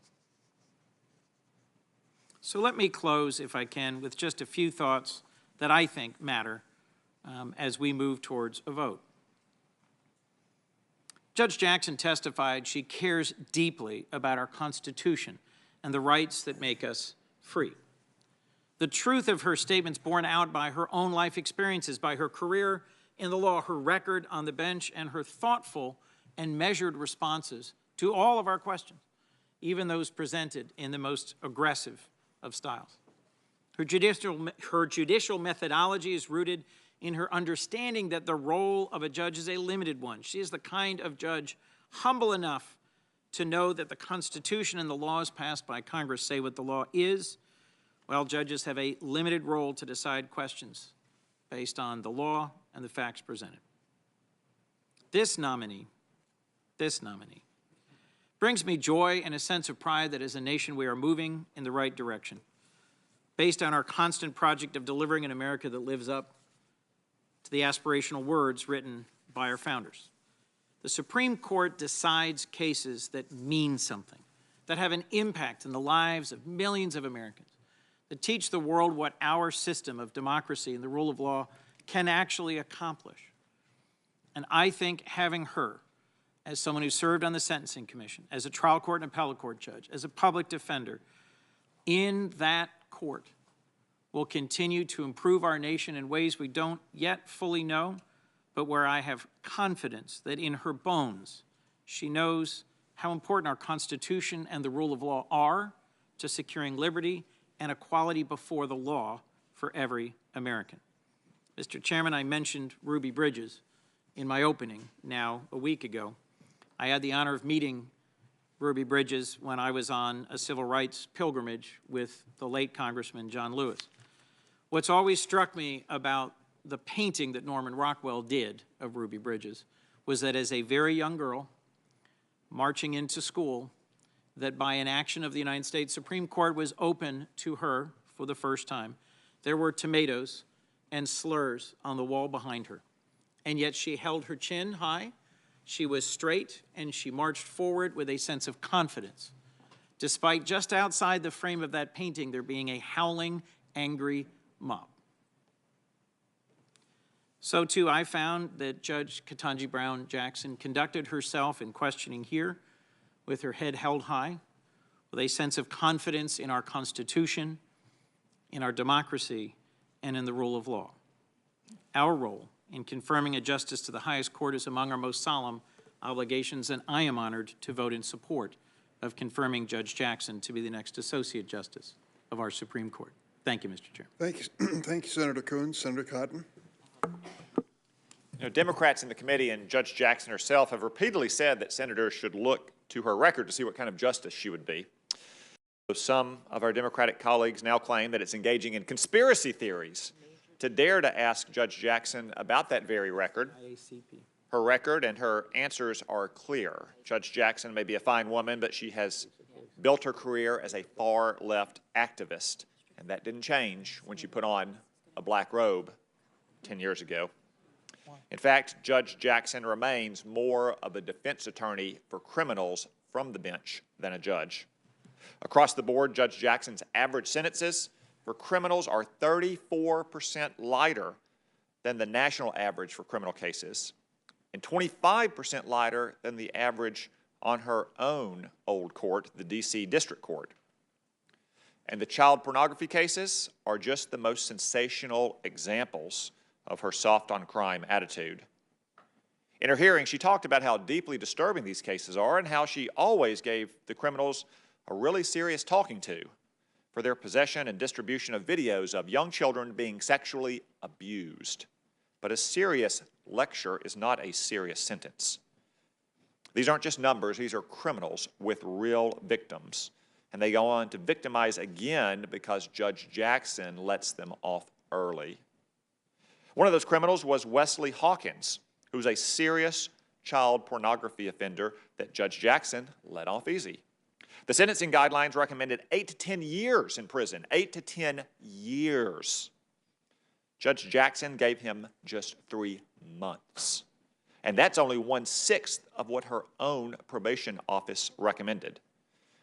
And a few years later, when Hawkins would still have been in prison if she had followed the guidelines, he did something else that got him 6 more months in custody, twice the original sentence. When all 11 Republicans on this committee sent a letter asking for details of what happened, Judge Jackson refused to provide any further information. I guess so much for looking at her record. Of course, her leniency isn't limited to these child pornography cases. In 2017, Judge Jackson apologized. She apologized to a fentanyl kingpin with a history of drug trafficking because she couldn't find a way to give him less than the mandatory minimum sentence imposed by Congress. And she felt bad about being so mean to a fentanyl kingpin.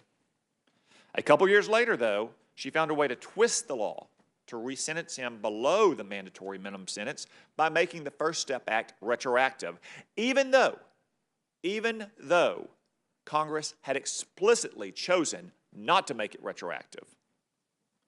She also said that there were no victims in the case. Fentanyl trafficking is not a victimless crime, and anyone who doesn't understand that does not belong on the Supreme Court.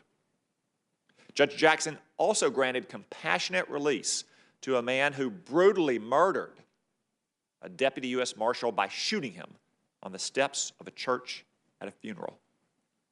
He was repeatedly denied parole, and in prison he had racked up infractions for things like threatening prison staff and possessing a dangerous weapon. Not exactly a reformed saint. Judge Jackson granted him compassionate release anyway because he had high blood pressure. In 2013, a sex offender had repeatedly raped his 13-year-old niece and was arrested for falsifying sex offender records to avoid telling the government where he was living, or that he was working at a daycare despite a restriction on his contact with children. The government asked for him to go to prison for 2 years. Judge Jackson gave him just 1 year. During that second year, when he should have been in prison, yes, he went on to try to rape again. and then bribe the victim with $2,500 to recant her testimony. Judge Jackson habitually sympathizes with criminals over victims. These are just a few of the many cases in Judge Jackson's record that all make one thing clear. If you are a criminal, you would be lucky if your case is assigned to Judge Jackson.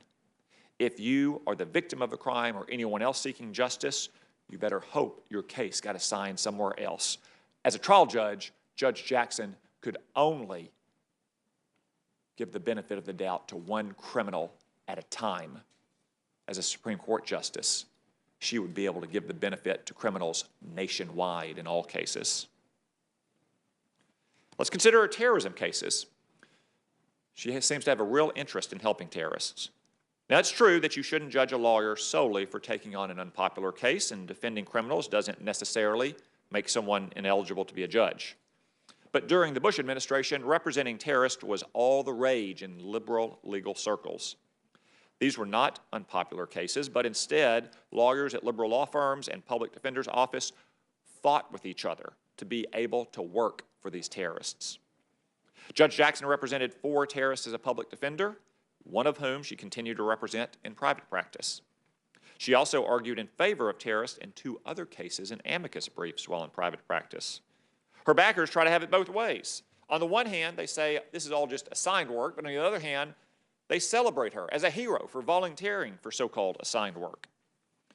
Well, whether it was assigned or volunteered, the fact that Judge Jackson didn't do a very good job. In 3 of the 4 cases, her filings were identical, word for word, comma for comma. She alleged identical facts and legal arguments in every one of those cases. The only differences was the swapped out name and case numbers. So let's look at those terrorists. One of her terrorist clients designed the prototype shoe bomb that was used in an unsuccessful attempt to blow up a passenger airplane. Another of her terrorist clients planned and executed a rocket attack on U.S. forces in Afghanistan, and another of her terrorist clients was arrested in a raid on an al-Qaeda explosive training camp. Yet in every case, she claimed that her clients had nothing to do with terrorism and had never been affiliated with al-Qaeda or the Taliban, despite having no reason to believe that her alleged facts, copied and pasted from one brief to the next, were true. Judge Jackson also has a habit of refusing to answer simple common sense questions in her hearing and in questions for the record.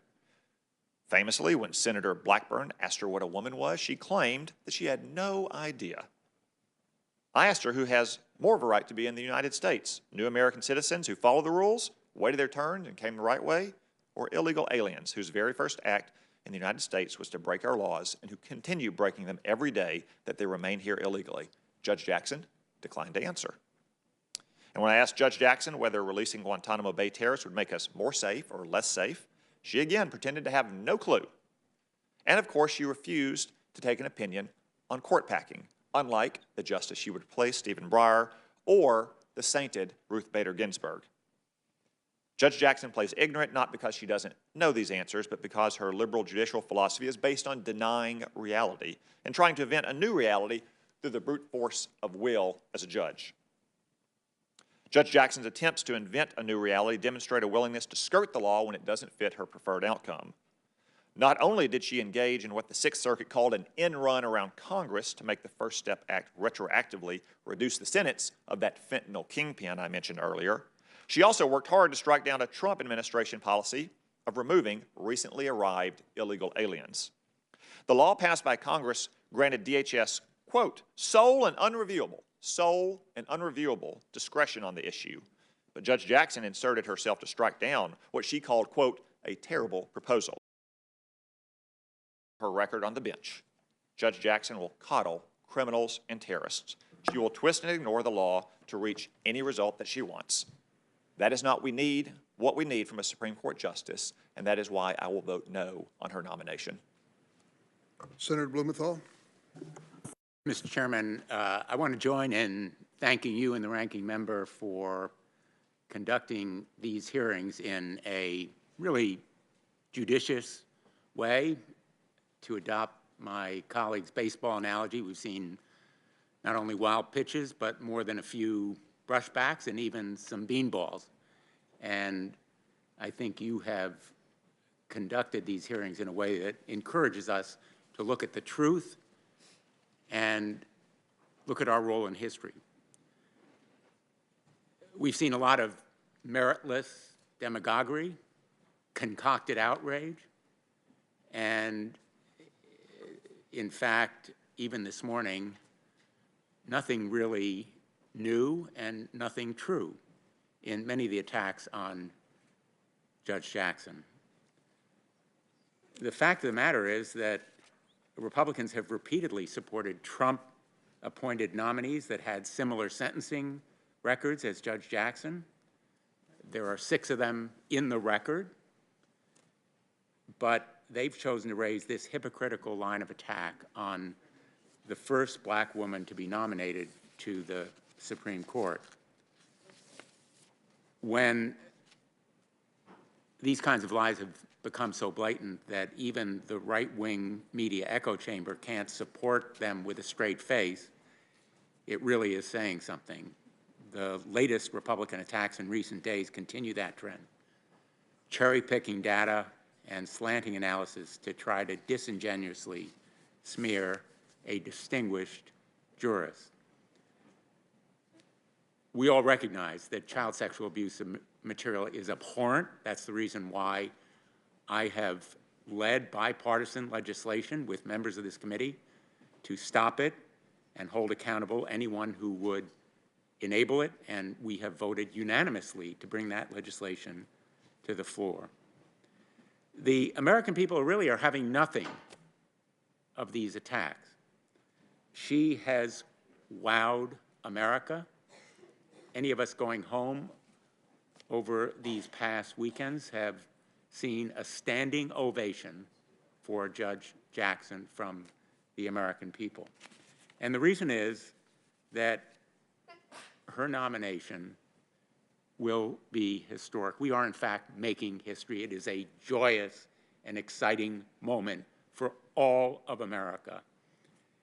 Her nomination will make the Supreme Court look more like America and hopefully think more like America. It is, in effect, a giant leap into the present, because the present of America looks like Judge Jackson and a more diverse judiciary at every level that President Biden has sought to achieve. And we have supported in achieving on this committee. Representation matters.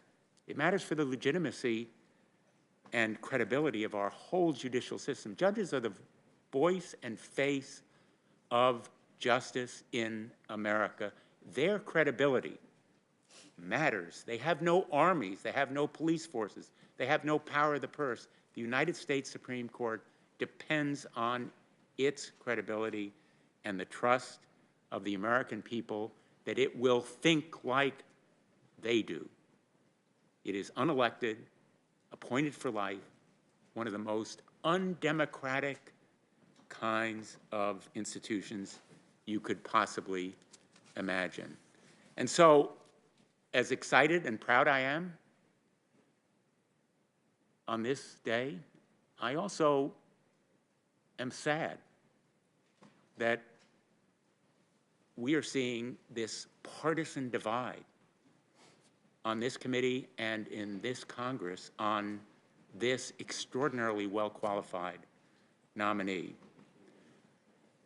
My colleague, Senator Cornyn, talked about legitimizing consent.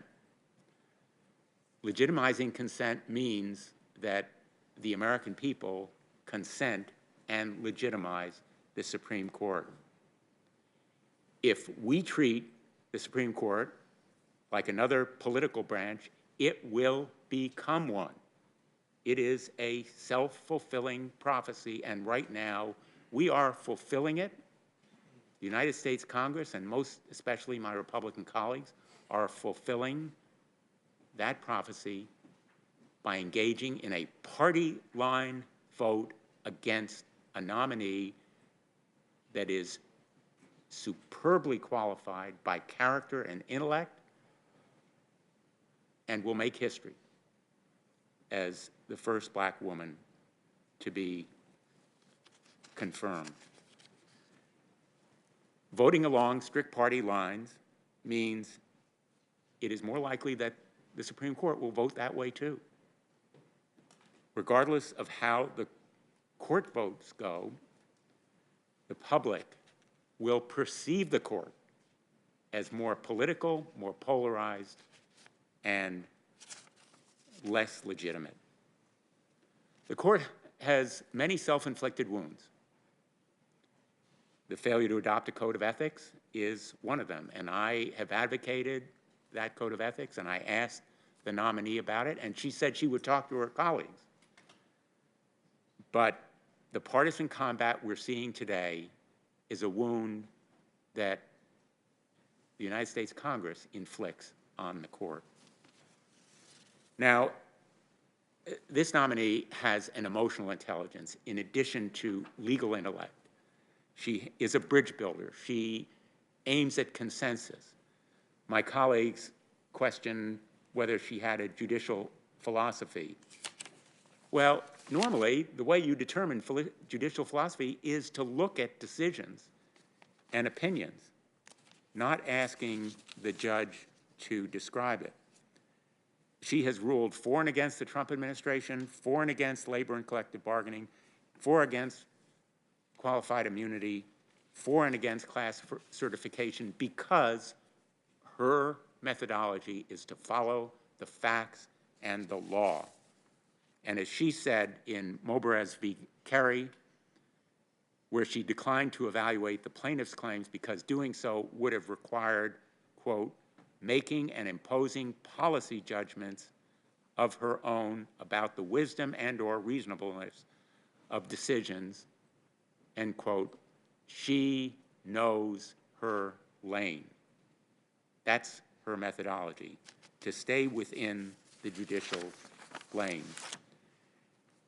Finally, as to law enforcement, I found overwhelmingly persuasive her description of what it was like for her to grow up with members of her family involved in law enforcement. Her uncle, who was a chief of police, her brother, a cop on patrol. Quote,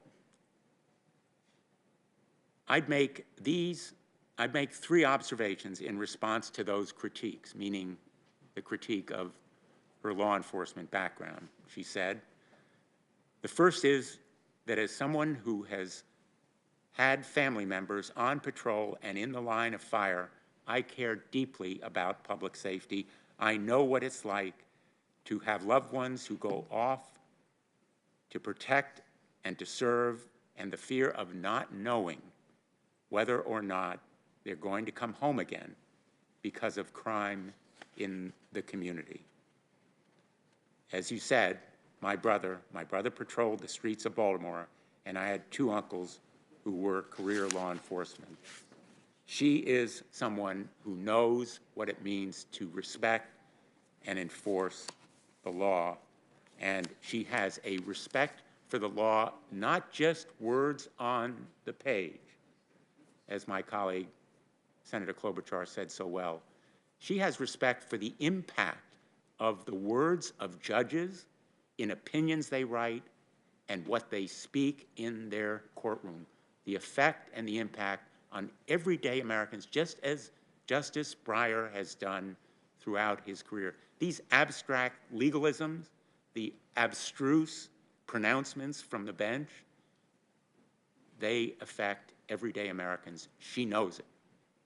And that's how she will make the Supreme Court think more like America. We are making history here, not only for ourselves, but for generations to come. Quote, one of the things that having diverse members of the court does is it provides for the opportunity for role models.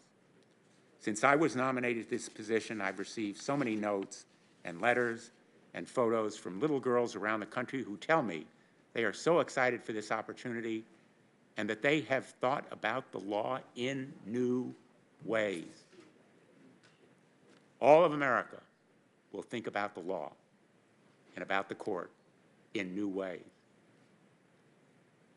And little girls, women, all Americans will hopefully have more respect and trust for the courts. She is, as she said, standing on the shoulders of others who couldn't be here today. Constance Baker Martley, John Lewis, her parents, and thousands of others who fought, and some died, for changes in the laws so that we would think about the law in new ways, and she would become our first black woman on the United States Supreme Court. I will proudly vote for her. Thank you, Mr. Chairman. Thank you, Senator Blumenthal. Senator Tillis. Thank you, Mr. Chairman. First, I want to thank you for the way you've conducted these hearings. And also appreciate the hard work on the part of your staff, especially your Chief Nominations Counsel, Phil. Thank you all for the work you've done. As I said last week, I'm not going to be supporting Judge Jackson's nomination. I sat through the majority of the hearings a couple of weeks ago and submitted more than 300 questions for the record. I just have come down to believe that she may do the very thing I'm most concerned with, and that's rule on cases in a way that achieves a preferred policy outcome, not necessarily what the Constitution dictates. Probably the Make the Road case is probably the best example where the plain text of the statute was looked past. A nationwide injunction was imposed only to be struck down by the D.C. Circuit. But the other thing that makes me feel like it may come to pass that she does rule outside of the plain text of the Constitution or the law is the number of people who do support her that I take at face value what she said. I asked her if she had any connection with the Arabella Group or Demand Justice, some of these other radical liberal activist organizations. She said she didn't, but she's on their top pick list everywhere you go, whether it's Demand Justice, short list for President Biden, Sierra Club, a number of the other organizations within the Arabella radical liberal activist groups seem to think that she would be a good addition to the court. And their activist outcomes couldn't be further from what I want to see with respect to the future of our nation. But I'm also concerned that Judge Jackson wouldn't take a stand on my question about packing the court.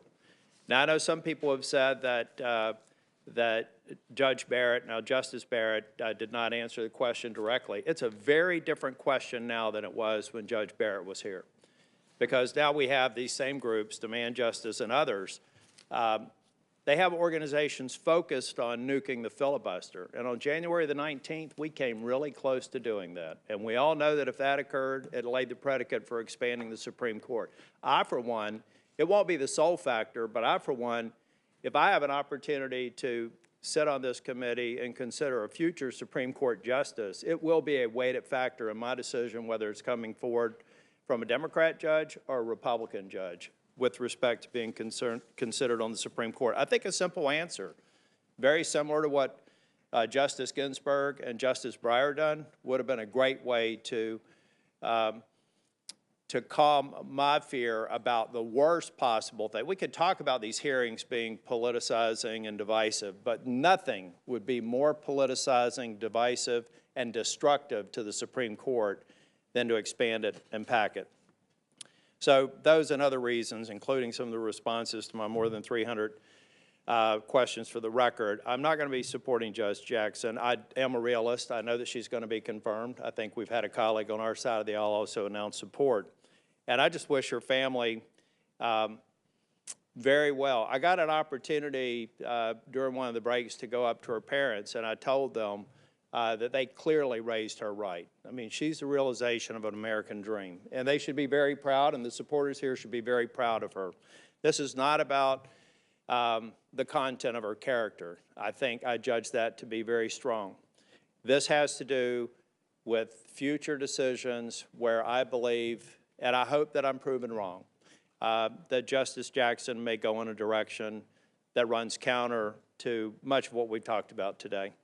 So I will not be supporting her nomination, but I do wish her and her family well, and I look forward to maybe everyone listening to what they said today, and in the future, whether it's a Supreme Court hearing or a Circuit Court hearing, exercise some of those words with respect to our individual behavior and action. Thank you, Mr. Chair. Thanks, Senator Tillis. And now Senator Hirono. Thank you, Mr. Chairman, and I welcome everyone in the audience here for this historic committee vote. Mr. Chairman, Judge Jackson withstood more than 18 hours of questioning during her nomination hearing. Most members asked her questions about her experience, record, and methodology for deciding cases. But some members took statements she had said or written out of context and tried to smear Judge Jackson with unfair and ugly accusations. As Senator Booker so aptly described it, Judge Jackson showed grit and grace through the entire hearing. She never returned these personal attacks. She gave substantive answers when it was possible and when senators gave her the opportunity to do so. And she corrected the attempts to distort and malign her record patiently and repeatedly. To highlight the misguided attacks around the sentencing of child pornography cases, I questioned Judge Jackson about the history of the sentencing guidelines for these crimes and the concerns that these guidelines do not reflect what's happening with child pornography offenses. And these facts bear repeating. A decade ago, the U.S. Sentencing Commission first addressed the issue of sentencing in this area. And even back then, only 40% of convicted offenders were receiving sentences within the guidelines. This was over 10 years ago. Now, 10 years later, even fewer offenders are receiving sentences within the guidelines. In 2019, just 30% of non-production offenders were sentenced within the guidelines. In the D.C. Circuit, where Judge Jackson served, the average goes down to just 20% of offenders. This puts Judge Jackson well within the mainstream. She is not an outlier. I named, and others on our side of the aisle, named numerous other judges nominated by President Trump and supported by the Republicans on this committee who have also sentenced offenders to sentences well below the guidelines. These judges also expressed concern about how the sentencing guidelines do not reflect the circumstances in the child pornography cases today. And this is not just a concern of the U.S. Sentencing Commission and the judges who must sentence criminal defendants. In 2013, just 1 year after the original U.S. Sentencing Commission report on this matter, the U.S. Department of Justice, who prosecutes these cases, stated that the guidelines for child pornography offenses do not accurately reflect the current landscape of child pornography conduct. Judge Jackson is a mainstream judge.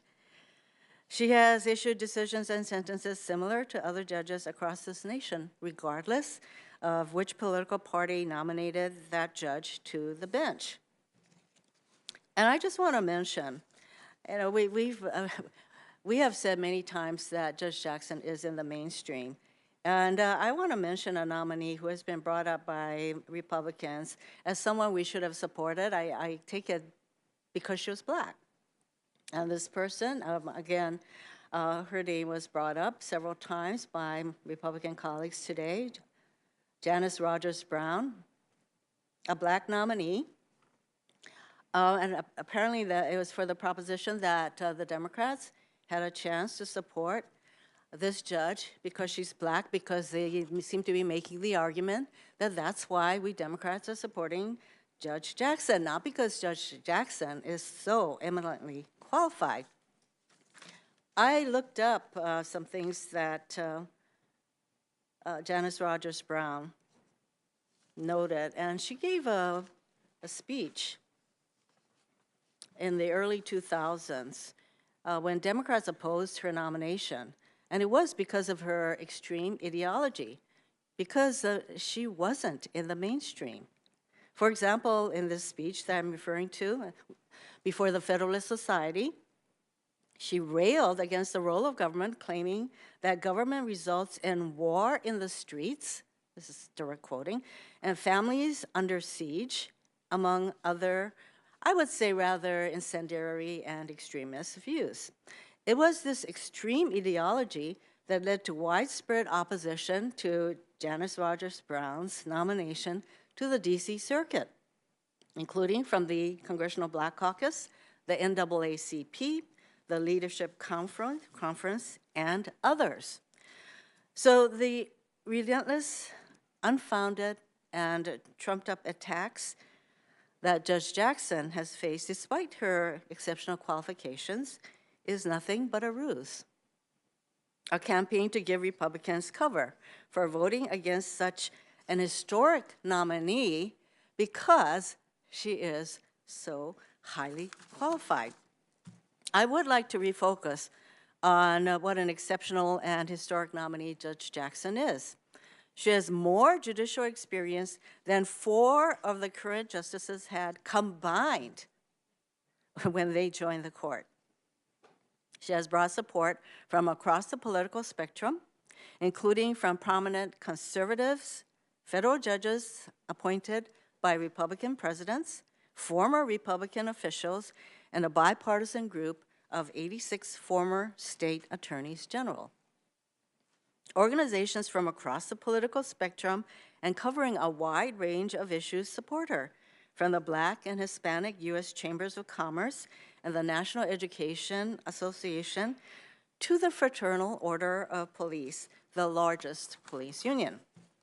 She has been widely praised as being eminently qualified and having the intellect, the integrity, and the temperament befitting an Associate Justice of the U.S. Supreme Court. It was also noted that the American Bar Association, when they testified that they had reached out to 2,800 judges and lawyers from all 50 states, all federal circuits, and all federal judicial districts, state Supreme Court justices, and law school deans, and every one of them uniformly had the highest praise for Judge Jackson.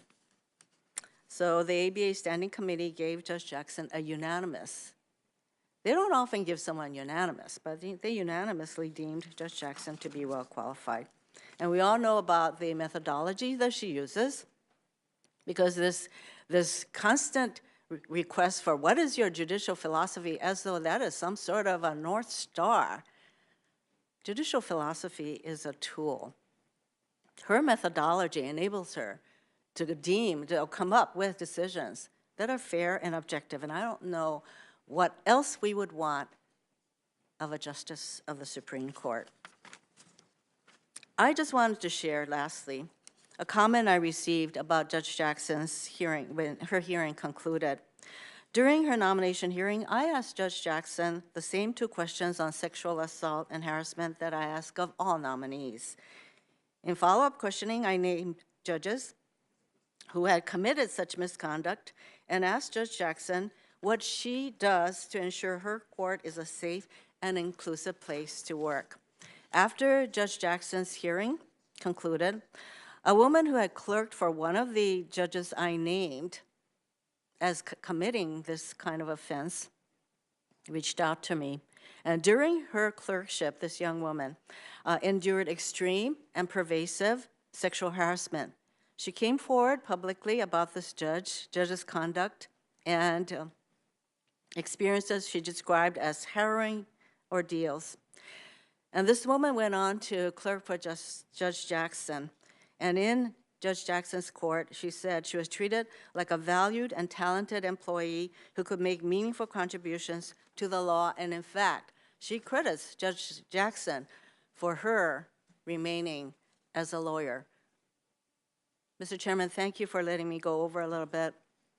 This is the kind of human being, highly qualified person that we need on the United States Supreme Court. I am privileged to support her.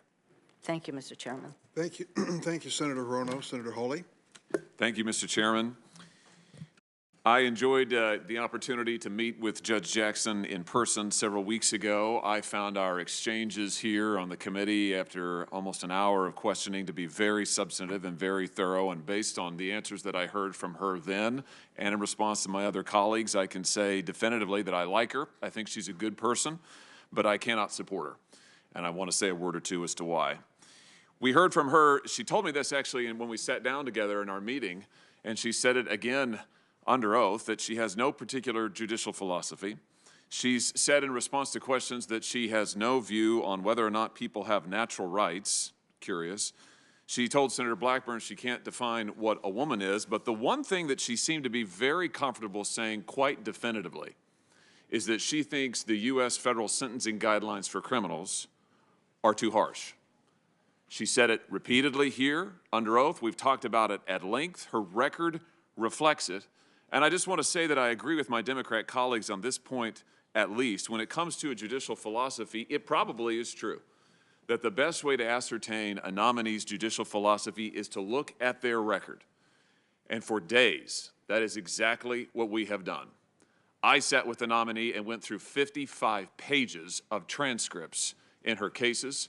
We talked about multiple cases. Other senators questioned her on this score as well, and when you look at her record in depth, her consistent policy position is that the federal sentencing guidelines are outdated, they are outmoded, they are too harsh, and that criminals in general are over-sentenced. And I just have to say, I couldn't disagree with her more. You know, she's very clear in her cases, and I commend the transcripts of her cases to everyone who is interested. If you read the transcripts of her cases, when she sentences criminals, and particularly in the child pornography cases that we've discussed so much, she routinely says that she has significant policy disagreements with the federal sentencing guidelines. She's very open about this. I mean, this isn't a secret. She's very open about it. And again, it's very clear in the child pornography cases in particular. This is why in 100% of those cases where she had discretion, 100% of the time, she sentenced below the federal sentencing guidelines, below the prosecutor's recommendations, and we now know, frequently, below what the probation office confidentially recommended. In the Hawkins case, in the Sears case, in the Kane case, in the Hilly case, we now know she recommended below or sentenced below what even the probation office recommended in their confidential reports to her, and she did it based on policy. And for me, this is very key. This is a very thoughtful person. Judge Jackson is not someone who's just wandered in here. She's very accomplished. She's very thoughtful. She was on the bench for 10 years, has been on the bench for 10 years, served on the Sentencing Commission before that. She's given these issues a great deal of thought. And I think that her views on these issues as it relates to sentencing and criminal justice are very well considered. I just disagree with them very fundamentally. Here's the policy that she discussed with us and that she has repeatedly discussed in her cases. She says that she disagrees on principle. When it comes to these child pornography cases, the criminals should be getting a higher sentence based on the number of images they possess. That's what the guidelines say.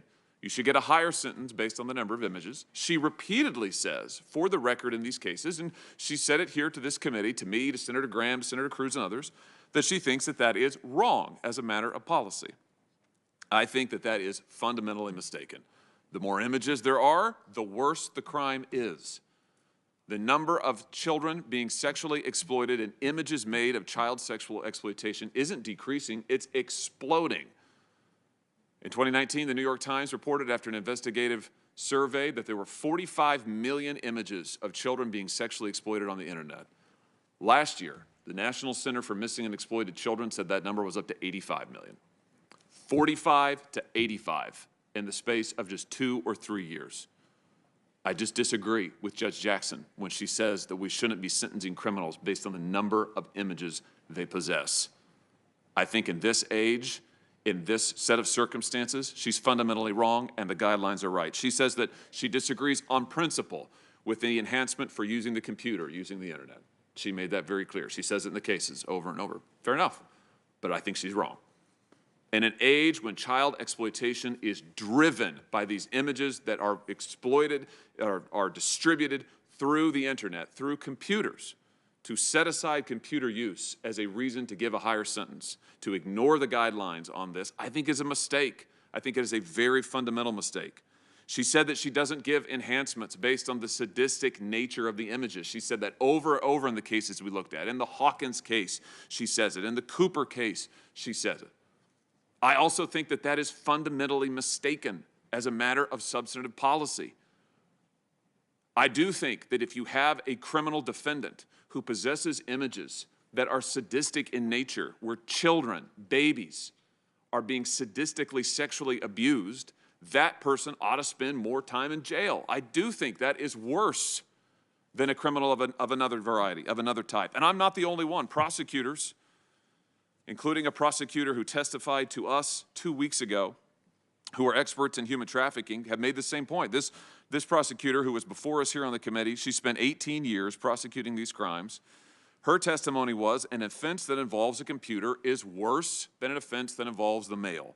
An offense that involves more images is worse than an offense that involves fewer. An offense that involves young children is worse than an offense involving older children. Judge Jackson's view is that we should treat everyone more leniently because more and more people are committing worse and worse child sex offenses.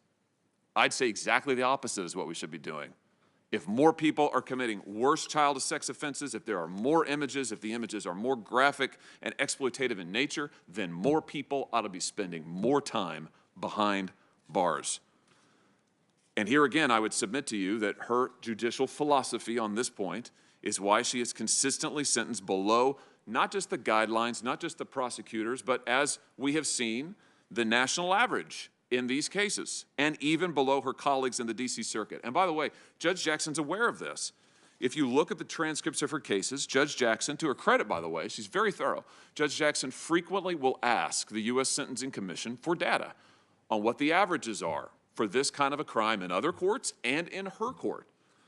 In the Cooper case, for instance, Judge Jackson, this is another one of the child porn cases, Judge Jackson looked to statistics about the average sentence given to similarly situated defendants. She asked the Sentencing Commission to calculate this.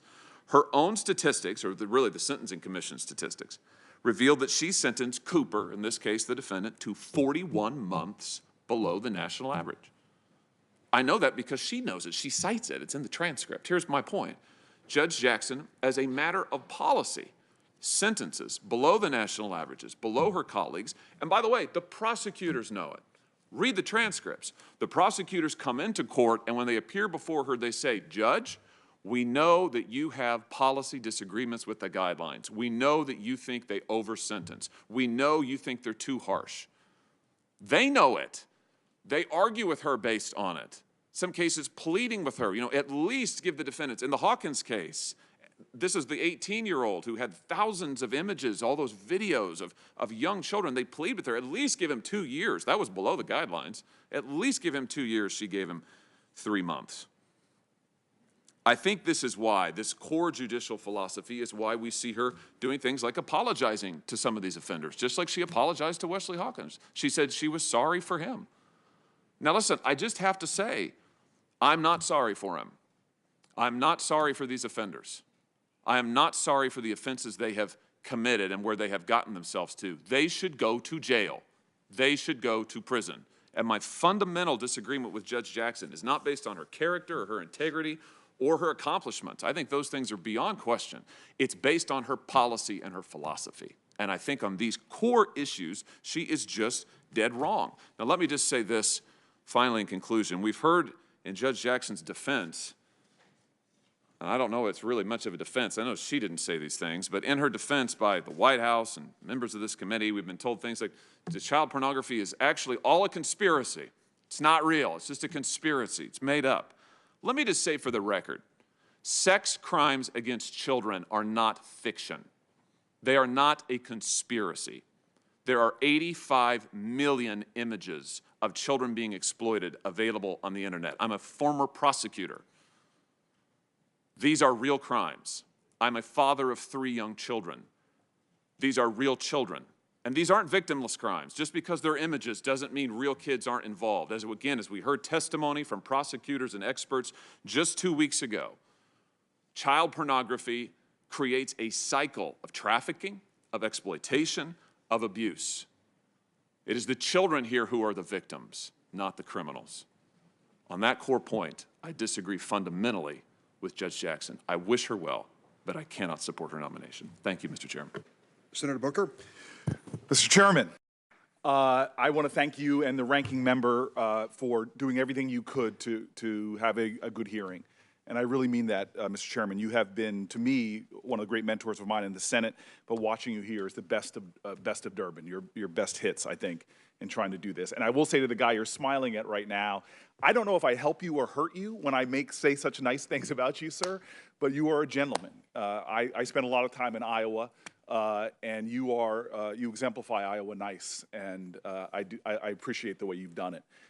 This has been an interesting experience. I often think maybe we should be holding this hearing during December because, Mr. Chairman, I don't know if you know about the vaunted holiday of Festivus, which is the holiday for the rest of us during the holidays. And one of the aspects of Festivus is the airing of grievances. And I think that we've had probably the best Festivus celebration here in this hearing over the last week or so because there's been a lot of airing of grievances. Now, I'm one of these people that thinks that there's no false equivalency here, that the grievances that I've seen since I've been here, from the ridiculousness of Merrick Garland and when he was nominated, not even having a hearing, not even meeting with him, or even some of the language. I recently looked at one of the quotes from one of the people on this committee on the Republican side who talked about if Hillary Clinton won, we should just leave any Supreme Court vacancies if the Republicans control the court. But I'm also self-interrogated enough to know that I shouldn't just sit here and air my grievances and listen to their grievances. And that's why I'm really appreciative of Ben Sass, Senator Sass, and I think the Oxford English Dictionary is now a new word for next year, jackassery. I want to thank Tom Tillis. I don't, again, agree with his equivalencies on everything, but I see an earnest person trying to figure out how we can make sense of this place and return more to patriotism, less towards partisanship. And I've listened to every time he spoke. He's made appeals to those higher angels, and I'm grateful for that. I really do worry about where we are spiraling towards. I worry about hearings like this, where the majority of people on both sides, I think, were well within the zone, but I heard things that were just ridiculous and painful and hurtful. And I do worry, and I hope that maybe when the cameras are off and some of us can get together and talk about how do we repair and how do we heal. I have not resigned myself to the inevitability of this is where the United States Senate is going. And the collateral damage to this, and it's not all us, I think the Supreme Court has done enough damage to itself with its lax ethics rules, but the legitimacy of the court has sunk pretty dramatically over the last years. And I think a lot of it is because of the spectacle that we've seen here and now, and that really, really concerns me. Look, I think it was, I know it was President Lincoln who said, "The world will little note nor long remember what we say here," and I know that's from my words as well. This is a frustrating experience to see this happen, but I want to make a couple points and then shift to my final point. I think we do real damage to our own agendas here as elected leaders when we so vilify each other that we create these caricatures. I made the mistake in one Supreme Court hearing, and it was not intentional, but even when it came out of my mouth, in talking about a Supreme Court justice, I used the word evil. I did not intend to do it, and if context, I think, might save me, but how horrible it is to describe another human being with terms like I've heard here, evil. I remember my governor, who was a Republican, my friend, was running for president, and the right had so vilified Obama, had so dehumanized him, that when my governor and Obama hugged after a natural disaster, it was used in campaign commercials against my governor, and he dropped over 10 points because he did the sin of somebody that we had so vilified, so demonized, that human interaction, that a hug is such a violation of our tribe that it actually hurt them. I sometimes see some of my friends that might run for president on the other side. I think I might foil their campaigns by going around hugging them. Because that's where we've gotten in America right now. We've so vilified each other. And that's why I just want to address the absurdity of the vilification of Judge Ketanji Brown Jackson. even the rhetoric I've heard used here, I kept writing things down. Judge Jackson is not an extremist. She is not out of the judicial norm. I've heard language, I won't read through all the attacks on her that I've heard in this hearing today, not to mention the previous days. I'm sorry, who does the American public want to believe? A bunch of elected senators or the independent folks are out there? To say she's an extremist on crime belies the fact that she has law enforcement group after law enforcement group supporting her. So if you want to say that she is an extremistly soft on crime, then you're saying that about FOP, you're saying that about the IACP. Go through all the organizations. If I hear another person trying to wrap themselves in the obvious that all 22 of us find abhorrent sexual crimes and somehow want to glorify themselves to being, hey, I'm a prosecutor. Well, both people on both sides. I got my back full of prosecutors over here. And I see noble people that did the Lord's work of prosecuting these crimes as well. But here's the absurdity to say that somehow she is not strong against these cases. Again, these are just lies. A senator just said, I believe the guidelines are right. Well, obviously, Republican-appointed judges don't agree with him because the norm in many states is 70 to 80% of judges going before the guideline. And if that statement is correct, then why didn't you vote against every one of those Republican judges that was not following the guidelines, as most don't?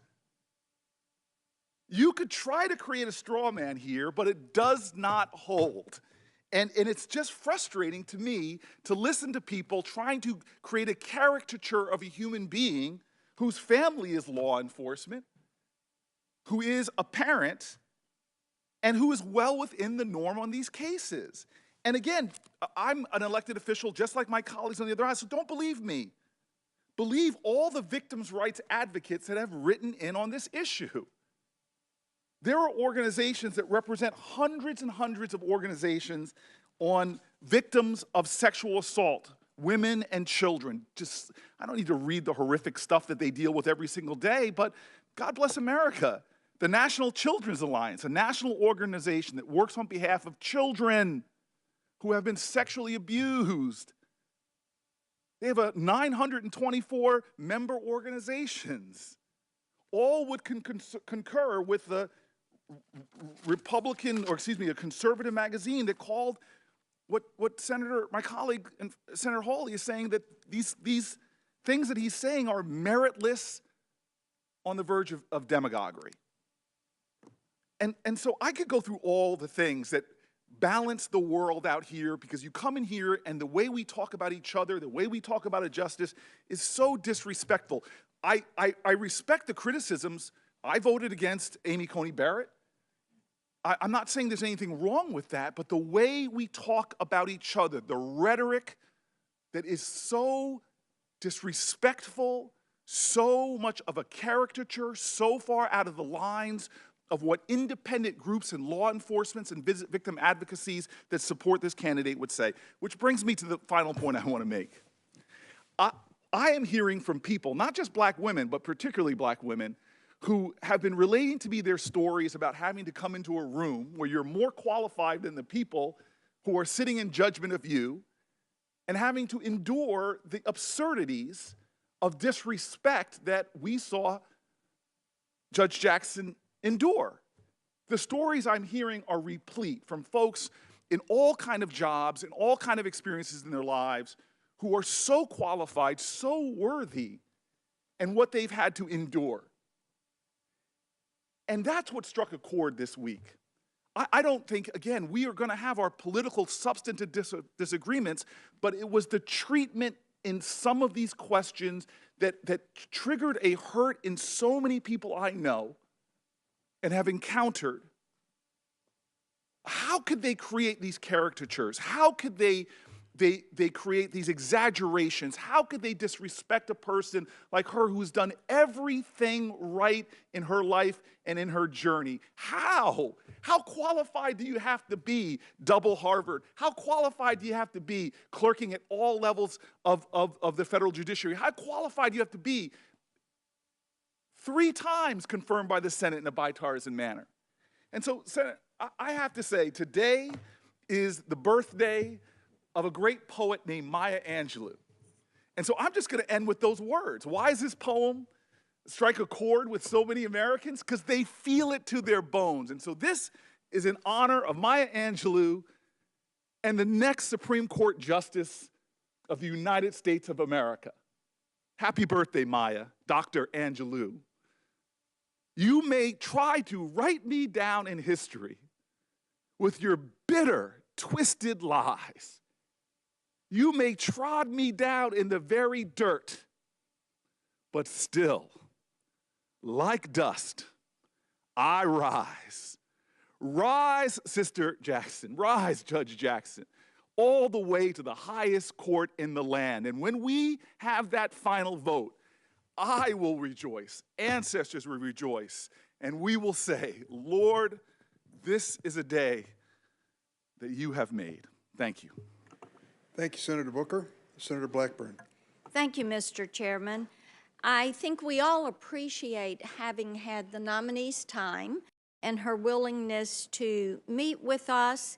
And I think we all enjoyed meeting her family. And indeed, she has a very impressive resume. She has worked hard to build that, but our concerns and our disagreements do lie with how she has addressed child pornography, how she has addressed her sentencing practices, her release policies, her work with terrorists, her work with agencies, overreach that is there, and indeed her immigration policies. And I want to talk a little bit about one of the exchanges that I had with her. I did ask her about the United States versus Virginia case. That was the Supreme Court's landmark women's rights case, and it did strike down VMI's male-only admission policy. Now, I'm not an attorney, but I understand from so many attorneys that this is a case that anyone, first-year law school, would be familiar with. They would know this case, but Judge Jackson claimed not to be familiar with the case, so I asked her whether she agreed with Justice Ginsburg in that case that there are physical differences between men and women that are enduring, and she refused to answer. So then I asked her a very simple question. I asked her to define the word woman. Wasn't a trick question. It's something that everybody learned in grade school science class. But Judge Jackson refused to answer. The fact that she couldn't or wouldn't answer that question speaks volumes. It tells me that Judge Jackson is beholden to the radical left that is teaching our children that they can choose their own sex. It tells me that she is more committed to woke progressive ideology than she is to common sense and the rule of law. And it tells me that she will not be able to decide with impartiality the cases that are sure to come before her as a Supreme Court justice. How, for example, will Judge Jackson be able to resolve sex discrimination claims if she can't decide whether the parties before her are women? How can she decide Title IX cases if she doesn't even agree with Justice Ginsburg that there are enduring physical differences between men and women? We recently saw a Ninth Circuit judge issue a written opinion stating that, and I'm quoting, "People of all genders can become pregnant," end quote. And disputes over biological males competing in women's sports are working their way through the federal courts. How can a Judge Jackson decide any of these issues as a Supreme Court justice if she is too afraid of the radical left to give this committee a definition of the word woman? Judge Jackson's refusal to answer my question underscores the dangers of the kind of progressive ideology that she endorses. In the time since Judge Jackson sat before this committee, Disney has eliminated saying boys and girls. The State Department announced you can select X as a gender on your passport. The TSA will implement gender-neutral security screenings. The left has slowly but surely stripped words of their meaning in an attempt to eliminate dissent. And the latest victim of this campaign is the word woman. Americans from across the political spectrum want a Supreme Court justice who isn't divorced from reality, who has common sense, and who will protect their children and their right to rear their children as they see fit. Parents live in fear of the progressive ideology that is being pushed in some of our schools. I hear from them regularly. But Judge Jackson's answer to my question made perfectly clear to me and to everyone watching that she will be a certain vote for government overreach in private family decisions. She has written, and I'm quoting her, these are her words, that every judge has personal hidden agendas, end quote. That influences the cases they decide. While that may not be true for all judges, it is of concern at many cases, and it is of concern that this is her view. This hearing, the judge's record, have made it clear that she will interpret the Constitution through the lens of progressive ideology. Her refusal to define a simple word, woman, is only one example of many. Another is her desire to make excuses for some of society's worst offenders. She has suggested that we are too tough on child predators, and as a judge, she has ensured that these offenders receive some of the lightest sentences possible. She serves on the board of a K-12 school that teaches kindergartners that they can choose their own sex and teaches them about so-called white privilege. And she has praised the now discredited 1619 Project and has stated that judges should consider critical race theory in sentencing criminal defendants. This hearing has revealed the extent of her personal hidden agenda, which explains why she is the favorite pick of some of the radical left dark money groups. But the role of a Supreme Court justice is to interpret the law, not to take up arms in a culture war. She promised the committee that she would decide cases from a neutral posture and that she would rule consistent with her judicial oath. While she may be sincere in that pledge, I still have concerns that her ideology may influence her jurisprudence. As I told her, her primary commitment must be to the Constitution, not progressivism.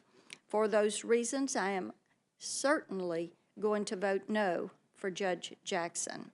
Before I close, Mr. Chairman, I did want to address a point of process. You have repeatedly dressed down my Republican colleagues and me for asking Judge Jackson tough questions. You did it throughout the hearings, you did it at last week's markup, and you've done it repeatedly in the media, including before we even had a chance to ask a question. You called our questions vile, baseless, and imputed dishonorable motives to us. My colleagues and I expressed legitimate concern that Judge Jackson sentenced child pornography offenders to less prison time than the national average. Judge Jackson and my Democrat colleagues claimed that the probation reports justified her decision, so we asked to see them. It was a reasonable request, but you responded by insinuating that we wanted to hurt children, and you specifically questioned why I, as a mother, would take that position. That was a surprising comment. We want to make one thing clear. Questions are not attacks. Confirming a Supreme Court justice is one of our most important duties as United States Senators. This is a lifetime appointment, and it would be a dereliction of duty to our constituents not to ask tough questions. Thank you, Senator Blackburn. Since you raised a question about me personally, I'm going to respond personally. And I would just tell you that I have said repeatedly and will repeat at this moment, the majority of questions coming from the Republican side of the aisle were fair, respectful, and asked tough questions because that's what we're here for, to ask tough questions about somebody aspiring to a lifetime appointment to the highest court in the land. I took exception to several of my Republican friends. I never named a name. So if anyone took it personally, that's their decision. If the shoe fits, I think they went too far. And I think some of the things they said about this judge don't reflect the reality of who she is and what she has accomplished in her life. And I think it was my responsibility to try to keep us on the straight path of judging her in a fair manner. The point about pre-sentencing reports, I will repeat so there's no question. This Judiciary Committee has never requested pre-sentencing reports. And I was not going to be party to that effort that some of them suggested in writing to me. I then spoke to several Republican senators and we talked about the details and they said, oh, I didn't realize that's what we were asking for. You're right, we shouldn't get those reports. Why? Those reports are created by courts to sentence an individual. They are confidential in nature. They interrogate not only the defendant, but they interrogate a lot of innocent third parties, even children who are survivors. They come up with information which is seen only by a judge, as it should be. And they have to realize that what they say about the defendant or about the defendant's family or their relationship with them, and some of it can be very personal and very specific, is never expected to leave the courthouse and find its way into this committee.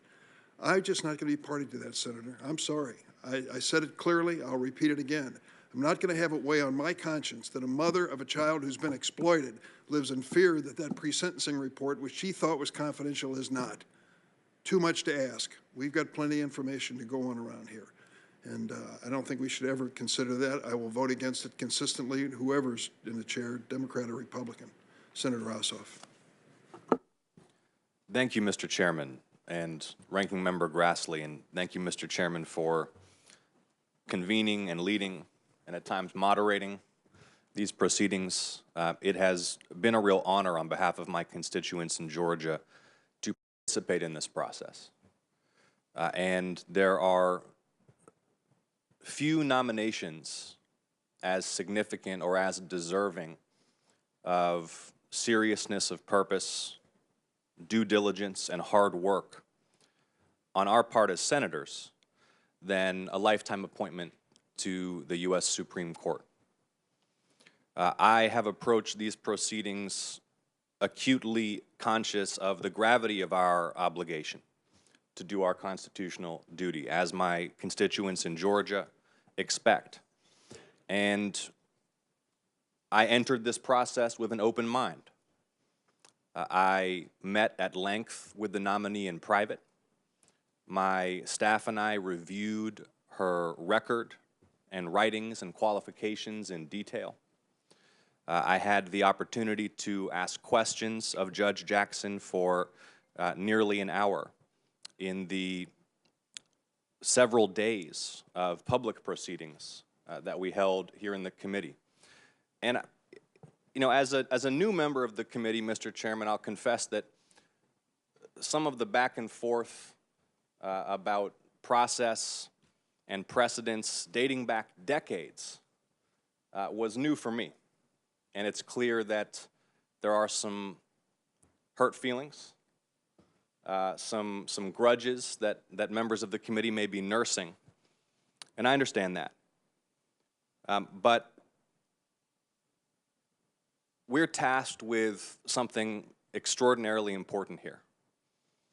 And at its best, these proceedings should be a pinnacle for the Senate, a moment when we come together in public and we grapple with some of the basic principles of constitutional law. We subject a nominee for the highest court in the land to tough but fair questioning about their qualifications, their approach to the law. And so again, I want to thank you, Mr. Chairman, for consistently working to elevate these proceedings to their highest purpose. While she was testifying before the committee, I asked Judge Jackson about her approach to freedoms of speech, of assembly, to her understanding of the historical roots and significance of the First Amendment protection of the free exercise of religion. Engage with Judge Jackson to understand her approach to the Fourth Amendment, protections against unreasonable searches and seizures, and how she would approach such cases as new technologies present the court with new facts and circumstances. I engaged with the nominee about the Sixth Amendment right to counsel, the Gideon v. Wainwright decision, and her experience as a federal defender. We discussed the separation of powers, her understanding of the constitutional history and her approach to questions of the constraint of governmental and executive power. Throughout this process, I have been deeply impressed by Judge Jackson's professionalism, by her depth of knowledge, by her deep understanding of relevant case law, and by the seriousness with which she approaches her duties as a judge. Her record is one where she's ruled for labor and she's ruled for management. She's ruled for the Trump administration, she's ruled against the Trump administration. She's ruled for business, she's ruled for environmentalists. She's ruled in ways that would make liberal members of Congress happy and rules that would make conservative members of Congress happy. Without regard for her personal preferences, she has applied the law, and she walked us through the methodology by which she ensures that she arrives at neutral, fair, and impartial decisions. She conducted herself with great poise and strength and grace while under heavy questioning and at times attacks that, in my view, were cruel and unfair. And we had the opportunity, thanks to you, Mr. Chairman, to question independent, nonpartisan investigators from the American Bar Association who testified under oath that in the course of interviewing her colleagues from the bench and the bar, folks she had worked with throughout her life, undertaking a systematic review of her writings and decisional history, that they found no derogatory information whatsoever that raised concerns about her integrity, her impartiality, or her credibility, and in fact, that she has a sterling reputation with colleagues, whether they were arguing against her, whether she ruled for them or against her, throughout a legal career where she has built impeccable qualifications. She's worked as a federal defender. She'll bring that unique perspective to the Supreme Court. She's worked in private practice as a litigator. She's served as a federal judge at the district and appellate levels. And throughout her career, she has not just favorably impressed, but demonstrated superb and exceptional professionalism and capabilities, and that came through in the work that the ABA investigators did in reviewing her record. Mr. Chairman, Judge Jackson is poised now to make American history and to demonstrate to our fellow Americans and to the world what this country stands for at its very best. She has earned the respect of the nation through her exemplary conduct throughout this process.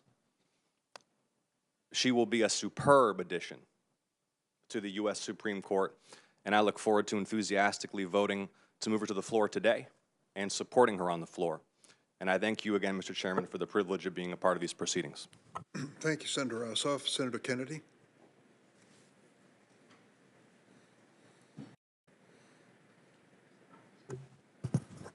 Thank you, Mr. Chairman.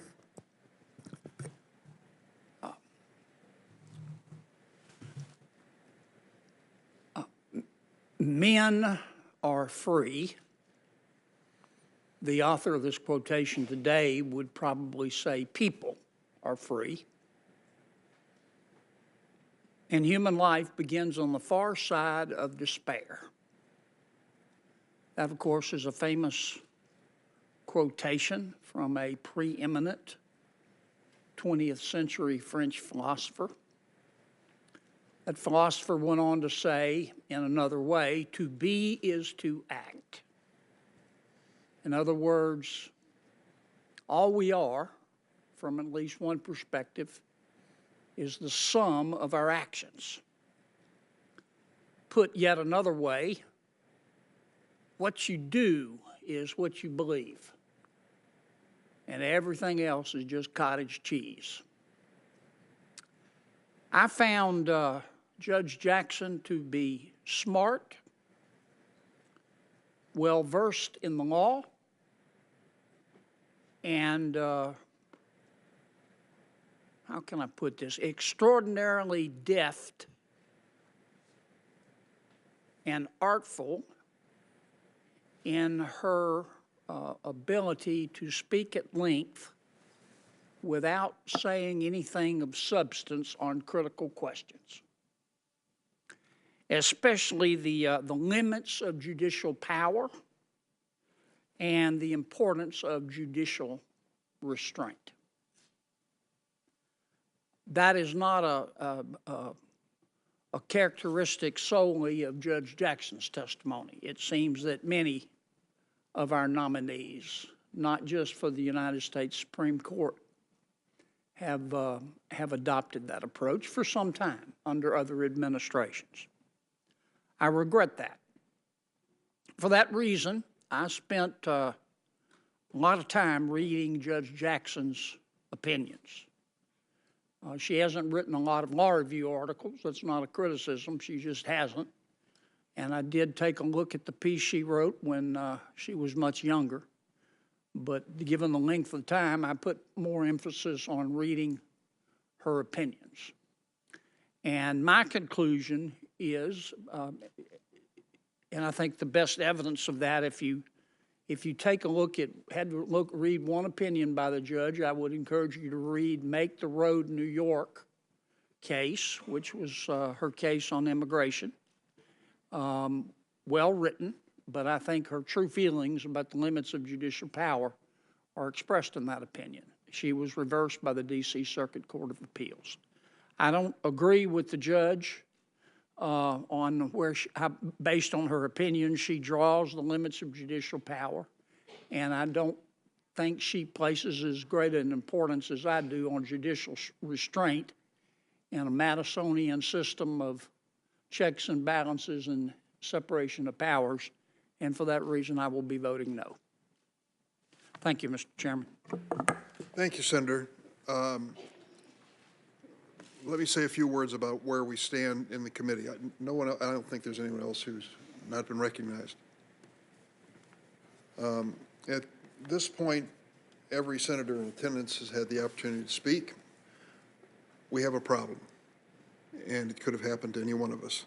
One of our colleagues, Senator Padilla, got on the overnight special out of Los Angeles last night, took off, and a medical emergency on the airplane forced them back to Los Angeles.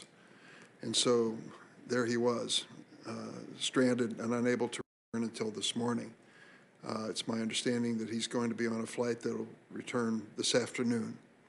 And so he will have a chance to assemble with his presence. This really calls on all of us, and in terms of the Senate and its traditions. There was a time when pairing for a vote was common, where someone with two senators with opposite positions on a vote would agree that neither one of them was going to vote so that the outcome would not be affected. Those days are rare. There's been one exception, and I point to Senator Coons of Delaware, who made an accommodation to the late Senator Johnny Isakson in that circumstance. We still remember it, Chris. It was a magnanimous gesture on your part. But we're in a little different position because this is not a run-of-the-mill ordinary vote. This is an important one that everyone here has thought through very seriously, and we should take very seriously. So it is my intention to recess subject to the call of the chair. I believe that Senator Padilla will be back in time this afternoon for us to consider this nomination and a record vote, and the 6 other nominees who are pending before the committee. I will keep you posted through your staff as to the progress that he's making in his return.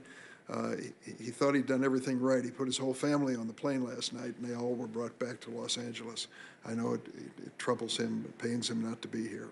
So that is the circumstance, and if nothing further comes before the committee. Mr. Chairman. Senator Lee. I just want to respond very briefly to a conversation we had about pre-sentence reports a moment ago. I want to be very clear. Not one of us has suggested that any PSR should be released to the public. What we have said is that she made them relevant. She opened the door to them by saying that, you know, it was necessary to understand how she imposed sentences in those cases. That it would be apparent if we could see everything, including the pre-sentence report. So she opened the door to that, making them relevant. Not one of us has suggested that those ought to be publicly disclosed. Having handled those at previous stages of my career, I know they are sensitive. I also know that we, as a committee, have handled documents that are sensitive before. We could review them in a SCIF, treat them as classified, just as we have on countless occasions, treated other sensitive documents that way. To the extent that the circumstances require it, we could even redact out victim names and replace them with John Doe 1, 2, and 3 or Jane Doe 1, 2, and 3 references. There's no reason why we couldn't review those. And it's, in any event, it's not fair. It's not a correct characterization to suggest that the decision is whether to make them public or leave them private. We're not arguing for that. We never have. Senator, that issue has been debated, and I'm glad to give you your point of view to express. But I just want to tell you, not on my watch. Not on my watch. Some mother protecting that child is not going to understand redaction and the oath to keep things secret in the United States Senate. I'm sorry. I'm not going to be the first senator to open up that door. I think too much of the process and the promise of confidentiality to do it, nor do I think it's necessary to judge this judicial nominee. So if there's nothing further, I'd ask that the committee stand in recess subject to the call of the chair.